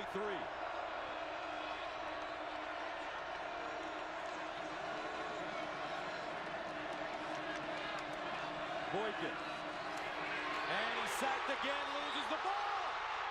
Kansas State. And TCU somehow manages to hold on. Adam Davis punched it out. Davion Collins recovered for TCU. They are dangerous enough when it's all even, meaning 1st and 10, 2nd and 5.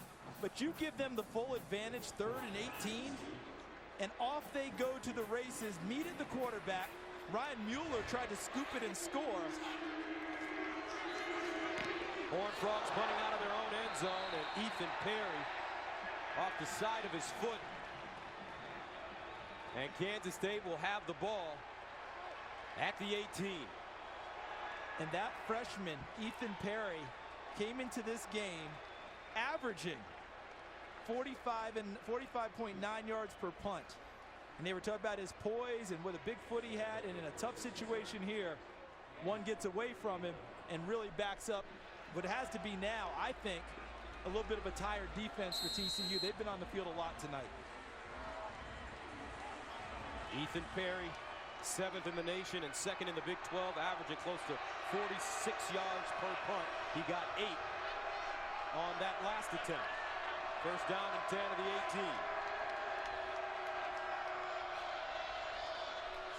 18. Pease. Remember what Gary Patterson told us in our meeting about what you need to do to make it a game with Kansas State? You need to keep it within 7 going into the 4th quarter. Because otherwise, what do? They slow death you. Take care of the football, run it, bleed out the clock, play physical with you. Right now, obviously, Kansas State, TCU down 20. Kansas State with the ball in scoring territory. 2nd and 6. Klein gives it to Pease around the corner this time. And he's tackled at the 10-yard line. Kenny Kane. For the amount of plays TCU's defense, I believe, has had to be on the field tonight, they've done yeoman's work. This score is not indicative to me of the work TCU has done all evening on the defensive side of the ball. It's hard to hold in there constantly when the field position goes against you. 3rd down and 2 at the 10. This is usually where Colin Klein elects to run the football.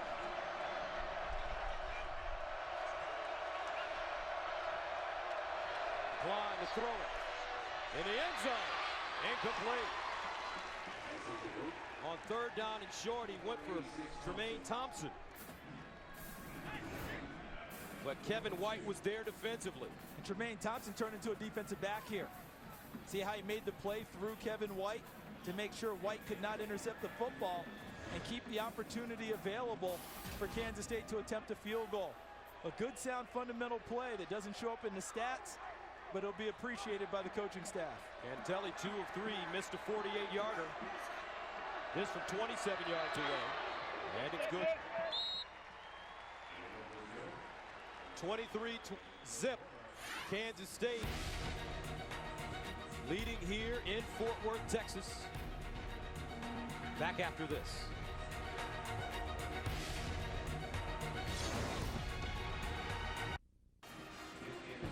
Tomorrow, Fox NFL Sunday's got an action-packed doubleheader for you, starting with Eli Manning and the G-Men, taking on former TCU quarterback Andy Dalton and the Bengals in Cincinnati. Then in America's Game of the Week, the Cowboys square off against the Eagles. Coverage begins tomorrow with the Fox NFL Sunday pregame show, noon Eastern, 9 Pacific. I think the Saints don't want a piece of the Falcons in this one and try and end their perfect season. That rivalry is one of the hotter rivalries in the NFL that maybe a lot of people don't realize. A lot of fans go back and forth for that game. Hop on that quick shuttle down to New Orleans or up to Atlanta. It's a big one. Smitty's got him going, though, in Atlanta. Does he ever? Wow. And Matty Ice, someone's talking about he needs a new nickname. No.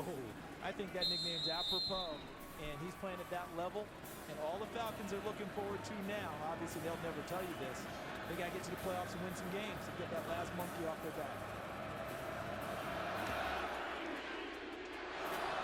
This time it'll be Brandon Carter, and he lets it go out of the end zone. So let's take a look at the title game chase and the strength of schedules.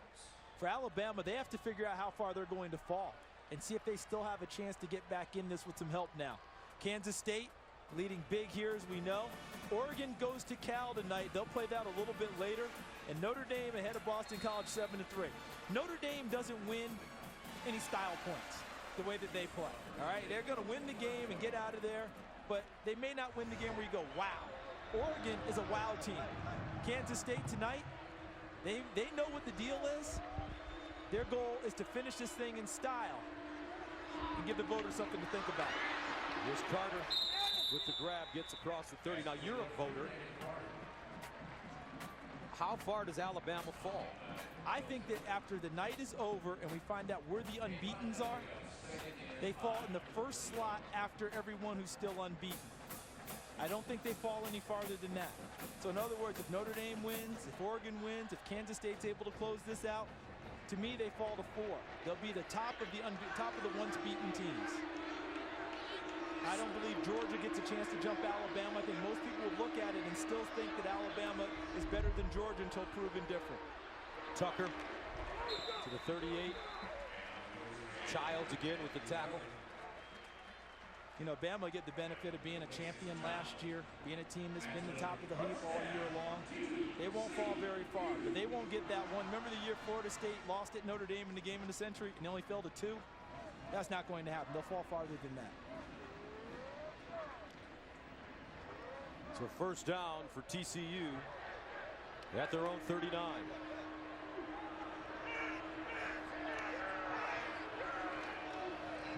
Tucker breaks it back, lowers his shoulder, and Tucker gets all the way up to the 43. Ty Zimmerman with the tackle as he throws himself under the chariot. Zimmerman has to be helped up. Former quarterback himself, they can ill afford to lose Ty Zimmerman for any length of time because he coordinates everything in the secondary. Physical in the run game as a tackler, a real ball hawk in the secondary. Picked up his 5th interception today. Take another look. Watch him appear in the picture in the run game. He shows up. Arthur Brown misses. And there's Zimmerman in good position. Strikes through. The way they were looking at him when he first came out, I wonder if it's a leg injury. The way that it slid, the way his legs got splayed out a little bit, and maybe he wasn't able to get a solid base. Zimmerman, all Big 12 in his first 2 seasons. He's a junior. Has started 34 straight games. 10 career interceptions. And there's something you'd like to see too. Head coach out there checking on his player.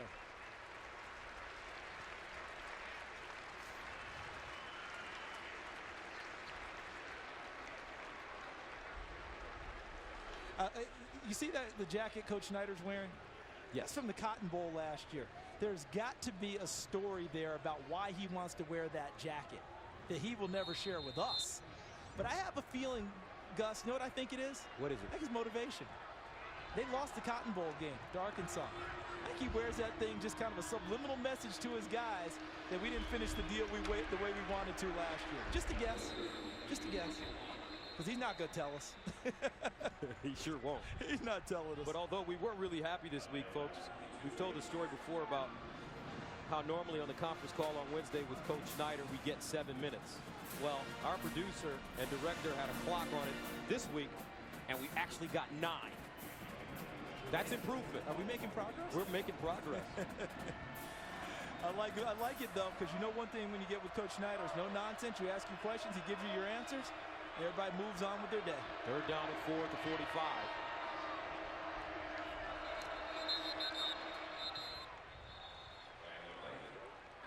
False start. Offense, number 69. 5-yard penalty, 3rd down. It's Avion Collins. True freshman, right tackle, the first true freshman to start on offense under Gary Patterson as head coach at TCU, so you know he's talented.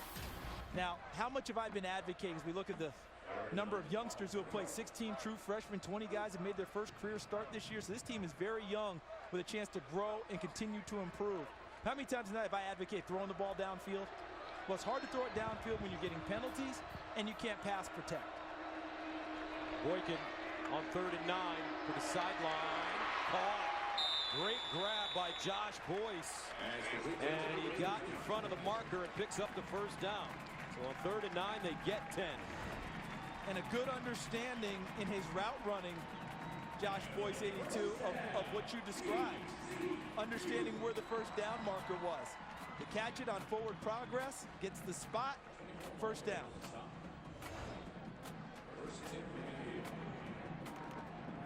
TCU at midfield now.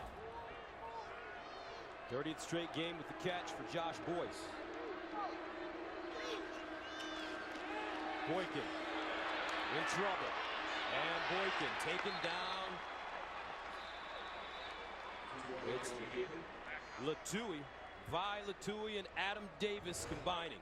And go back and high-five the secondary because they helped make this possible. Malone, 24, wrapped up. Milo, 23, covering Dawson. Underneath coverage, knocking him off the route is Evans, 15. Chapman, 3, the National Defensive Player of the Week last week with 3 interceptions, Oklahoma State. And they bought the time for Adam Davis to chase him to Vi Latui for the sack. 3rd sack of the evening for Kansas State. Make that the 4th sack, a loss of 5. And Boykin hit as he throws the ball, incomplete pass, and he got drilled. Meshach Williams was in the backfield. And Tom Hayes' defense, the D coordinator for Kansas State, we don't talk about him much, but he has these guys playing and know what they're doing. They've read the scoreboard. It's 23-0. So play fakes mean nothing to them. In other words, I'm not worried about it. If you hand the ball inside, so be it. But if you don't, I'm coming right to you because you're down 23 points. You need to throw the ball. Tom Hayes, we don't hear his voice. You don't see him get any credit, but he has coordinated a defense that's one of the better ones in the country this year, and they are playing at a super high level for him. 3rd down and 15. They hand it off to Tucker. And Matthew Tucker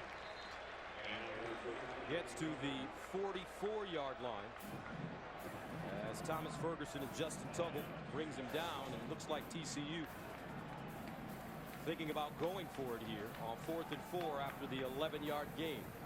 I don't think they have a choice with the score being what it is. The key will be whether they go for it now or wait for the quarter break and do it on 4th and 4 going in the opposite direction. It looks like they're going to wait it out.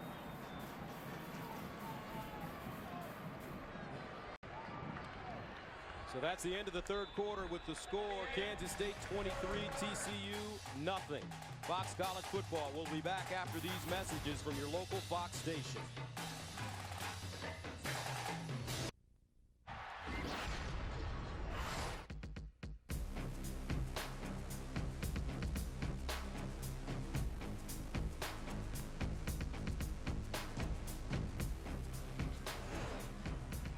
Welcome back to Fort Worth as we take a look at the scoring by quarters. Kansas State up 10-zip in the first. They tacked on 3 in the second. Scored 10 in the third.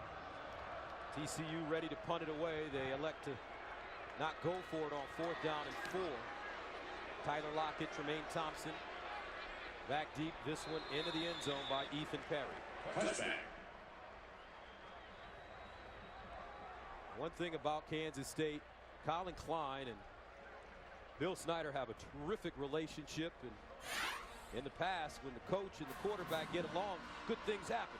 And I think about coaches who are also play callers in the relationship. Vince Lombardi and Bart Starr, a dynasty. How about Drew Brees and Sean Payton? Often talked about when Payton's the head coach of the Saints, that there's no better play calling combination in the league. And Bill Snyder and Colin Klein. And Colin Klein has bought in so well to Bill Snyder that his nickname around Manhattan, Kansas is Little Bill. That if Bill Snyder says it, Colin Klein will echo it and believe it. Here's Hubert down the sideline with the running room. And John Hubert delivering a blow at the end of the play as he gets to the 40. This is before the game. Coach Snyder and his quarterback having a conversation. You talk to the beat writers that cover Kansas State, and they say if you do a press conference with Bill Snyder and then Colin Klein comes in after, you're essentially going to hear the exact same thing said, because they're so entwined with each other and so in tune in concert. Totally bought in to the Bill Snyder way as Colin Klein. First down at 10 at the 34. And Hubert looking for running room, and he has it. Olabode with the tackle. And Gus, over time, I've kind of polled guys who played quarterback for Bill Snyder and just asked a simple question. What makes a Bill Snyder quarterback? And this is what I boiled it down to after their answers. A guy who has attention to detail, a player who has toughness, and a player who has a desire and will to win. You think that number 7 epitomizes all of those? He certainly does. 2nd and 6.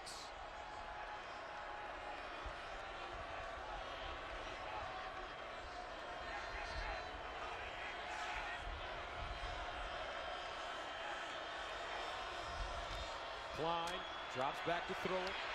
Going for the long ball. Lockett. Incomplete. Broken up at the last minute by Kevin White.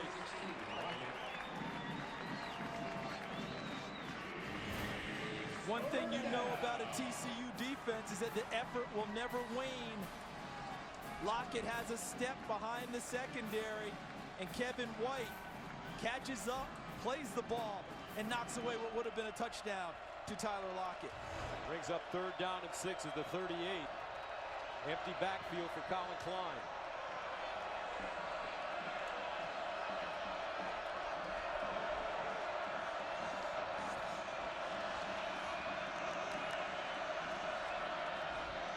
Klein deflected and incomplete.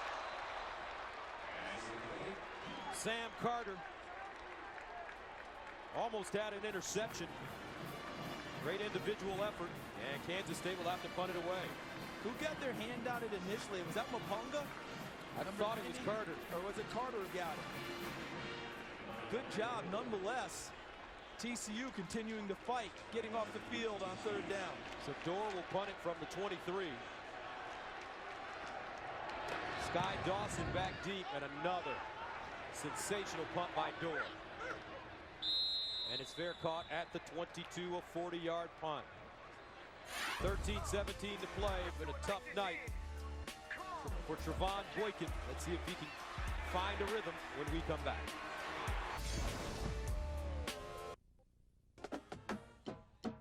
Fox College Football is sponsored by Reese's Peanut Butter Cups, the perfect combination of chocolate and peanut butter. By Samsung Galaxy Note 2, the next big thing is here. And by Nissan, innovation that excites. 23-0, Kansas State leading TCU here in the 4th quarter. Gus Johnson, Charles Davis, Julie Alexandria with you. 1st down and 10 for the Horned Frogs at the 23. They hand it off. Catalan around the corner. And Alan Chapman is there. Let's go to Los Angeles for a game break with Aaron Andrews. And let's check in on Notre Dame, Boston College here. 2nd quarter, they're up 7-3, but Everett Golson to Troy Nicholas 7-yard touchdown pass. Notre Dame leads Boston College 14-3 there at halftime, guys. And thank you, Aaron. 13-12 to go here in the 4th. TCU being shut out. Boykin to the sideline. Picked. Nigel Malone. He had a touchdown in front of him, and he just couldn't hold on. And now he's doing the push-ups that are often done as punishment for dropped interceptions in practice.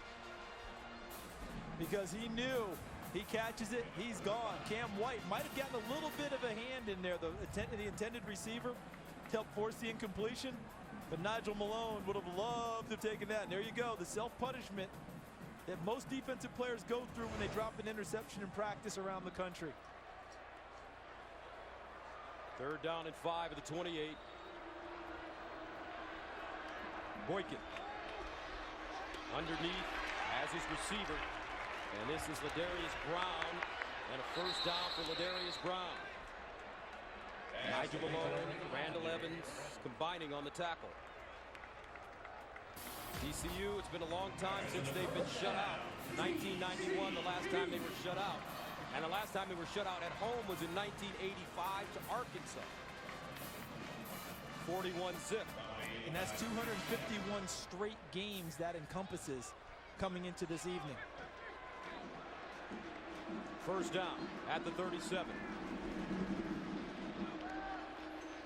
Boykin wants to run. And Boykin taken down at the 42, a 5-yard gain. Randall Evans, Adam Davis.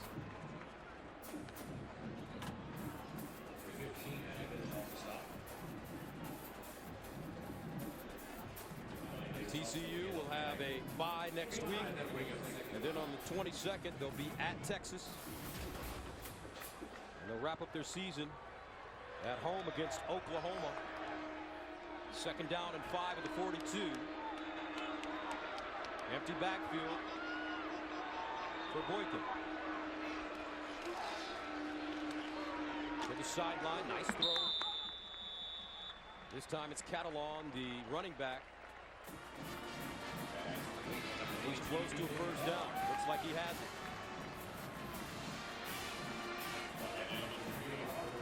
Alan Chapman on the coverage, but after getting 3 interceptions a week ago, just getting the tackle on a pass completion isn't good enough for him anymore. Alan Chapman and Nigel Malone, the other corner, came to Kansas State together from City College of San Francisco's junior college transfers. Nigel Malone was an All-American last year, 2nd team. Alan Chapman trying to get to that status this year. We'll go to Chapman's side once again. This time it's Josh Boyce, but Alan Chapman, as you mentioned, Big 12 Defensive Player of the Week after intercepting 3 passes. Returned one of them for 29 yards and a touchdown. Had 5 tackles, 2 breakups as well. Take a look at the transfer guys coming in, whether it's transferring from another school, junior college transfers, and look at how it's worked out. Every guy that's named on that list, a prominent player with a key role on the 2012 Kansas State roster. There's a handoff to Catalan. Catalan spinning at the sideline and steps out of bounds at the 22. A 26-yard gain for BJ. And that's significant because how often do you get a big play of 20 yards or more against Kansas State? Love the effort of Catalan. Well blocked to begin with, and how about the vision to see the hole to the right? Slips the tackle by Childs, 23, and gets all he can out of the run down the sideline. That's just the third 20-yard run against Kansas State's defense all season long. That's pretty impressive. And he gains 26, first down and 10 at the 22. Boykin finds his tight end, and that's Griffin Gilbert. He gets out of bounds. Gilbert has been a sure-handed receiver this evening. And this is their first red zone possession tonight. And according to my stats coming into the game, I didn't have Griffin Gilbert for a catch. Now, I could be wrong. But I feel like tonight's the night he had his first catches of the season. And this is where Trevon Boykin will get tested as a thrower if they elect to throw down here. Inside the red zone, the throwing lanes really get condensed. How accurate are you going to be throwing the ball in this situation? Here's Boykin. Breaks contained. Boykin sidestepping and goes down to the 12. So a hard 4 yards for the redshirt freshman. Randall Evans bringing him to the turf.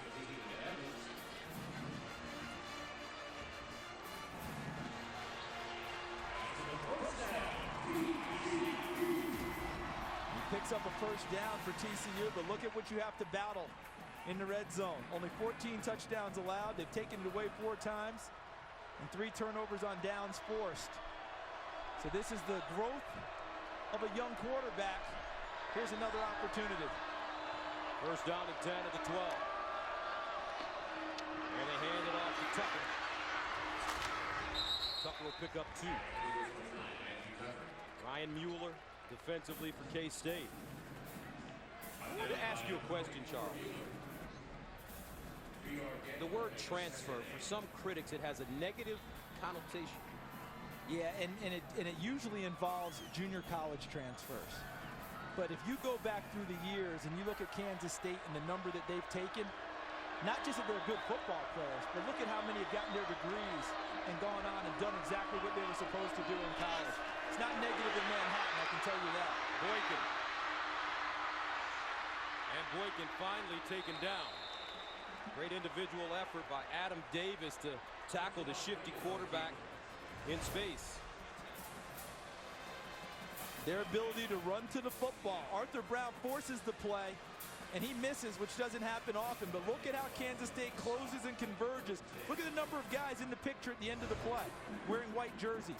I counted 5 at the end of that play, all converging on the quarterback, trying to make a play downfield. Third down and 10 at the 12.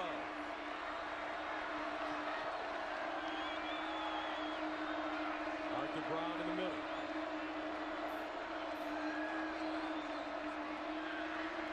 Boykin. And will be tackled for a loss. They call him down at the 19. Meshach Williams again. 6th sack of the night for K-State. Difficult when the field shrinks. Receivers don't have as many places to go. So if you don't get the ball out of your hands quickly to a quick breaking route, and you allow Kansas State's rush to impose its will, that's the end result. Gary Patterson trying to get something on the board to be positive. Overcrome comes in to attempt a 35-yarder. And they're finally on the board. So we will not have a shutout tonight here at Fort Worth. Under 7 minutes to play, 23-3.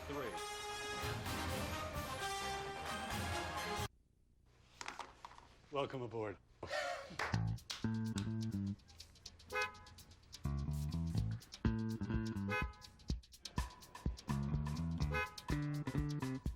Now you'll know when to stop. The all-new Nissan Altima with Easy Fill Tire Alert. It's our most innovative Altima ever. Nissan. Innovation that excites. Now get a $199 per month lease on a 2013 Nissan Altima.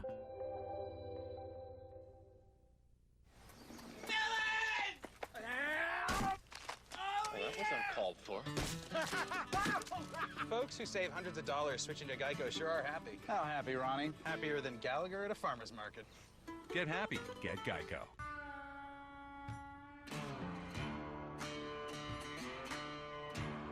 Chances are you're not made of money, so don't overpay for motorcycle insurance. Geico. See how much you could save. And welcome back. It's time to check out the Nissan Heisman Watch. And this is what we put together to start the night. Colin Klein continues his march towards being someone invited to New York. Manti Te'o, he's going to also be invited to New York is my prediction. Kenyon Barner gets ready to play later against Cal. See if he can keep the momentum going after a monster week last week. Marquise Lee, very simply, one of the best players in the country. I don't care about record, anything else. He can do it all. And A.J. McCarron, quietly, was the starting quarterback for the #1 team in the country and playing at a high level. 2 interceptions tonight, his first 2 of the season. Alabama loses. That will really affect his Heisman rating. You notice who's not on there. Braxton Miller from Ohio State. A number of other guys we could talk about. TCU to send it away. Tyler Lockett, the deep man. And this one out of the end zone. So coming up, Colin Klein with 6:59 remaining will have the football at his own 25.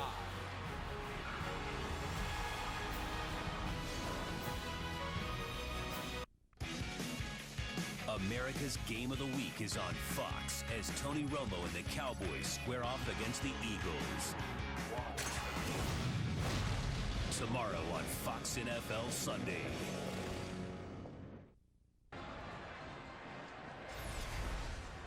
Welcome back. This is Fox College Football presented by Reese's. Our score with 6 minutes and 59 seconds remaining. K-State with a 23-3 lead over TCU.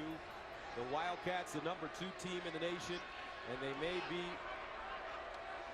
on their way to becoming the #1 team in the nation if they can hold on here against TCU, with Alabama losing this afternoon. And let's take a look at our Reese's perfect play. Colin Klein, 34 yards.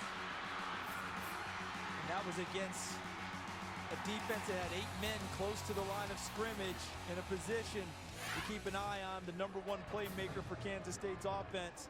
And with some help from his friends, he found a way to the end zone. 181 of Kansas State's 244 yards before this drive started. Colin Klein had a hand in that and scored both of the team's touchdowns. Klein handing off to Hubert. Hubert, no gain on the play. Olenbold with the tackle. Colin Klein, another interesting stat. He now has 52 career rushing touchdowns. And for a quarterback, that's 4th most behind Eric Crouch, who has 59, Colin Kaepernick, who had 58, and Tim Tebow, who had 57. So there's still a chance for him to lead with the all-time record. Colin Kaepernick, who I called the Transformer when he was at Nevada. And now, here comes Optimus Klein coming at him from Manhattan, Kansas. 3rd down and 8. And Klein delivers underneath. And they will be short of the 1st down. Tremaine Thompson with the grab in front of Kenny Kane. And here comes the punt team. So Charles, the next 2 games in 5 minutes, maybe the biggest moments in the history of Kansas State football. And they will be looking at them playing the game, and the hard part is the rest of the fans, because I think Bill Snyder keeps his team pretty well focused. The games are the ones that matter for his kids. But the fans and the administration scoreboard watching and trying to guess what the computers are going to say each and every week, because they'll be locked in a race now with Oregon if they win tonight, and Notre Dame, who is winning so far at Boston College. Next week, Kansas State at Baylor. They'll have a bye and then face Texas. This man, though, he continues to coach his guys up. Gary Patterson.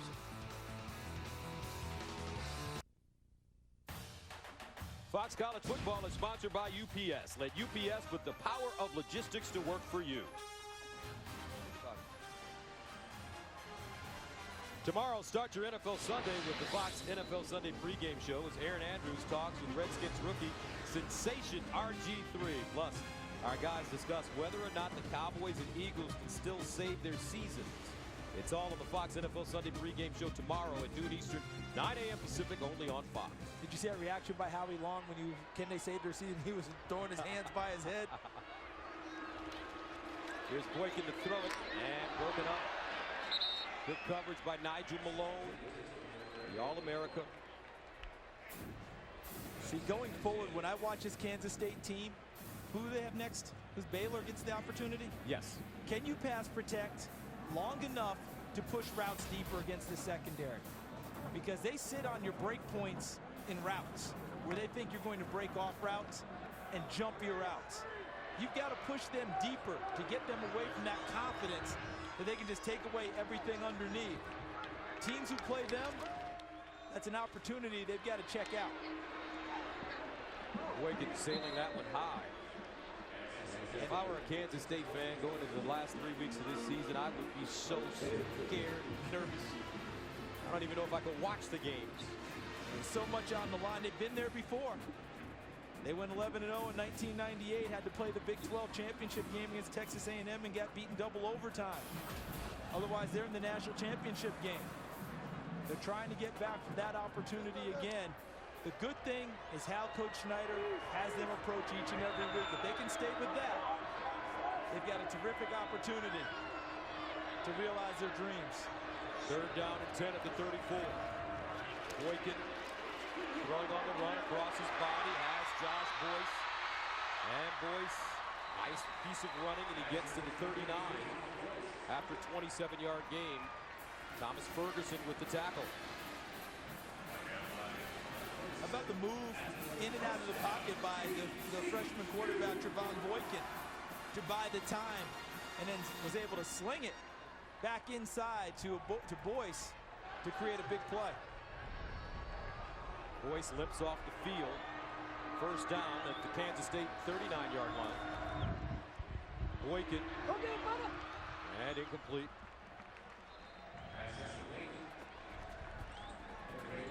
And when I talked about that opportunity you would have with Kansas State pushing the ball downfield, you notice I didn't say anything about how successful you would be. It's just you have to find a way to get them off of your underneath coverage because they smother it after a while. If you can't get them backed up on their heels a little bit, if they're just playing the game coming forward, just like a boxer on his toes, advancing and throwing the blows, if you can't get them retreating at all, you have no chance with Kansas State. Second down and 10 at the 39.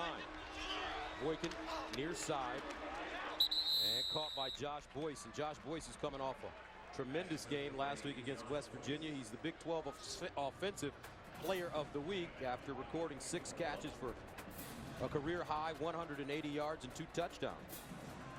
Had a 94-yard touchdown as well. They helped put them into overtime. We had all 3 players of the week in the Big 12 in our game tonight. Third down, incomplete. Intended for Josh Boyce. You mentioned Boyce, he was the offensive player of the week.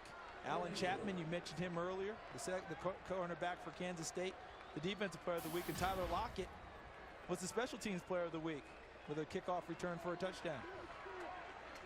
So TCU looks like they'll go for it on 4th down and 4 at the K-State 33.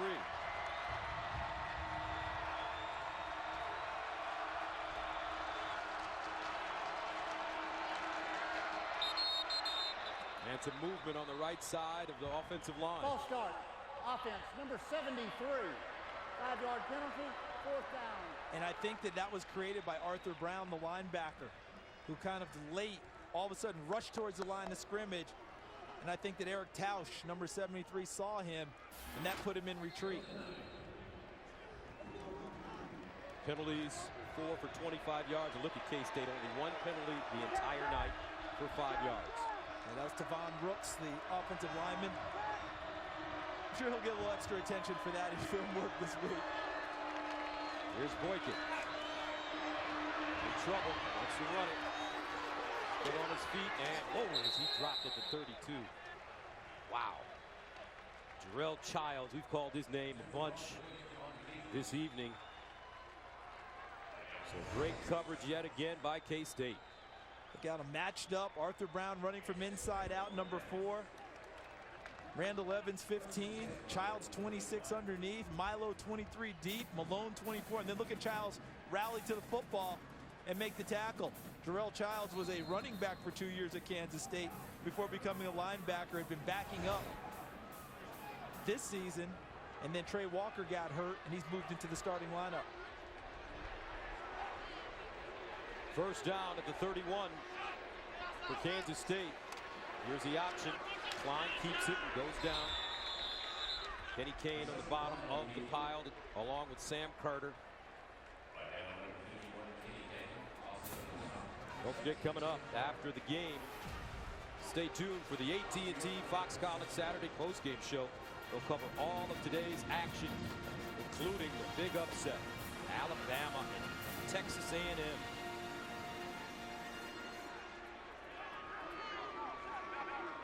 Second down and 12.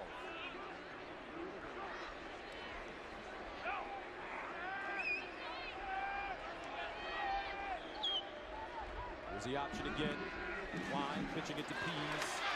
And Pease will hurdle forward and cross the 35 up to the 37. Gains about 7. And speaking of Alabama, Nick Saban was really honest this week in some of his meetings with the press. He said that the Texas A&M offense really worried him about considering how many points they can score as Lockett goes down. It's the second player we've seen with an ankle injury tonight. Ty Zimmerman, their starting safety, and now Tyler Lockett, one of their better receivers and kick returners.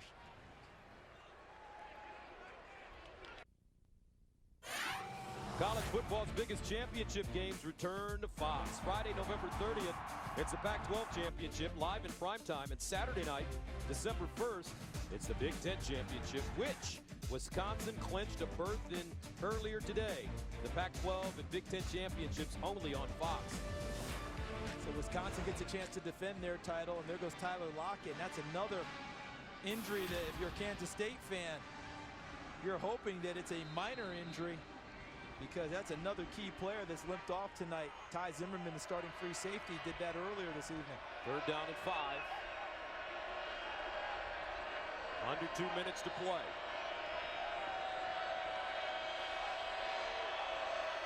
Colin Klein on 3rd and 5. Picks up the first down. Tremaine Thompson with the grab. And here's the injury to Lockett. 16, he's blocking, doing what they ask you to do. And he ends up getting whiplash a little bit there by Marcus Mallett. Little leg whip coming through, unintentional, of course. Mallett trying to make a play, but rolls into Tyler Lockett. And right now you think to yourself, if you're a Kansas State fan, Colin Klein, how about that seat on the bench with a baseball cap right now? Rest of the season to go. I don't want to see him out there. Hands the football up, off to Pease. He fumbles, and it's recovered by TCU. Mapunga with the fumble recovery. And with 1:11 to go, TCU will take over inside Kansas State territory. Watch the middle of the play. Mallett, 54, comes from the left side, and almost a perfect form tackle. Helmet on the football, and knocks it free, and Mapunga with hustle wraps up the football and gives TCU another opportunity down the stretch to put points on the board. 2 turnovers tonight for Kansas State after only 4 in 9 games.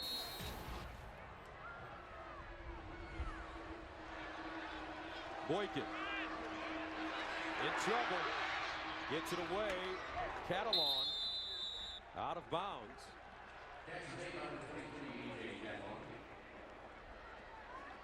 Minute and 5 remaining.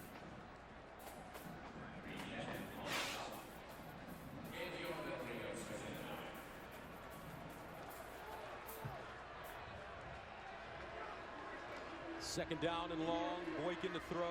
Has his man. That's Dawson. Out of bounds. Stops the clock. Sky Dawson. Gains 19 on the play. Pretty throw, wasn't it? Yes, it was. Off the break, puts it right on his receiver. Well done. Boykin again. This time he has Carter. Turns it up. Carter close to the end zone. Touchdown TCU.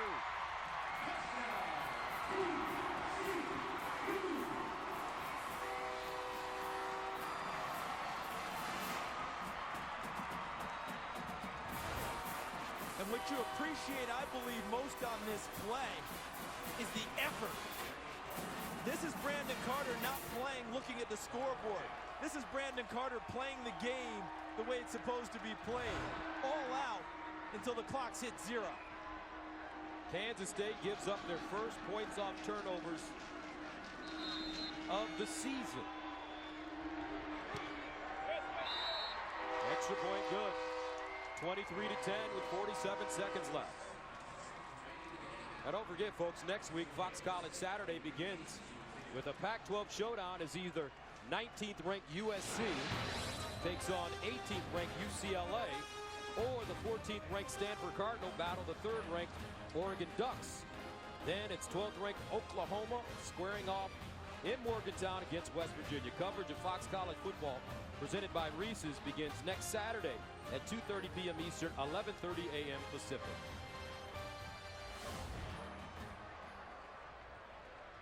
And after the touchdown score, Bill Snyder was not a happy man. See, he's unhappy because of what broke down and the defense got scored on and the whole deal, because he's seeking that perfection. But you know what else happens here? If people who are voting can't see the game or didn't see the game, you're just seeing a final score. This doesn't resonate the way that Kansas State wants it to resonate.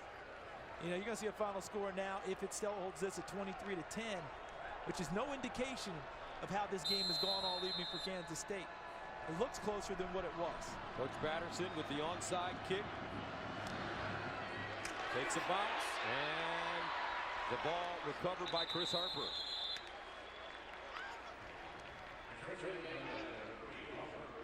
And, you know, furthering your point, let's take a look at how the voting broke down last week in the BCS. Well, Alabama wins all across the boards. We know that will change this week. Kansas State 3. Now, this is the human poll. All right, this is not the computer aspect. Oh, excuse me, the computer, and the computer's the first row. All right, and see, and that's where Oregon has been stung at 5. Kansas State, that's what gives them the advantage. 3s across the board. The 5 hurt Oregon.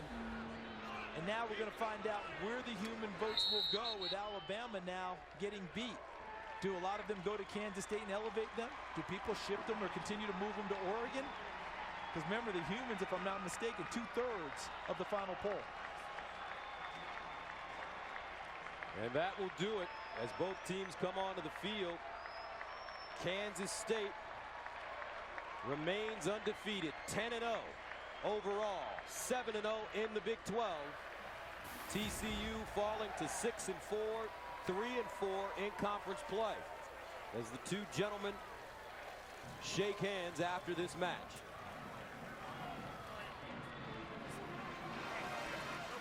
The final score here in Fort Worth, 23-10. K-State keeps it going. Now let's take you to Aaron Andrews in our Fox studio for the AT&T Fox College Saturday postgame report. Gus, thanks so much. Coming up on the AT&T postgame show, there is going to be some fallout in the BCS as #1 Alabama loses in Tuscaloosa. Plus, Georgia clinches the SEC East, and Notre Dame is trying to remain undefeated. All that and more with these guys, Eddie and Joey, on the AT&T postgame show.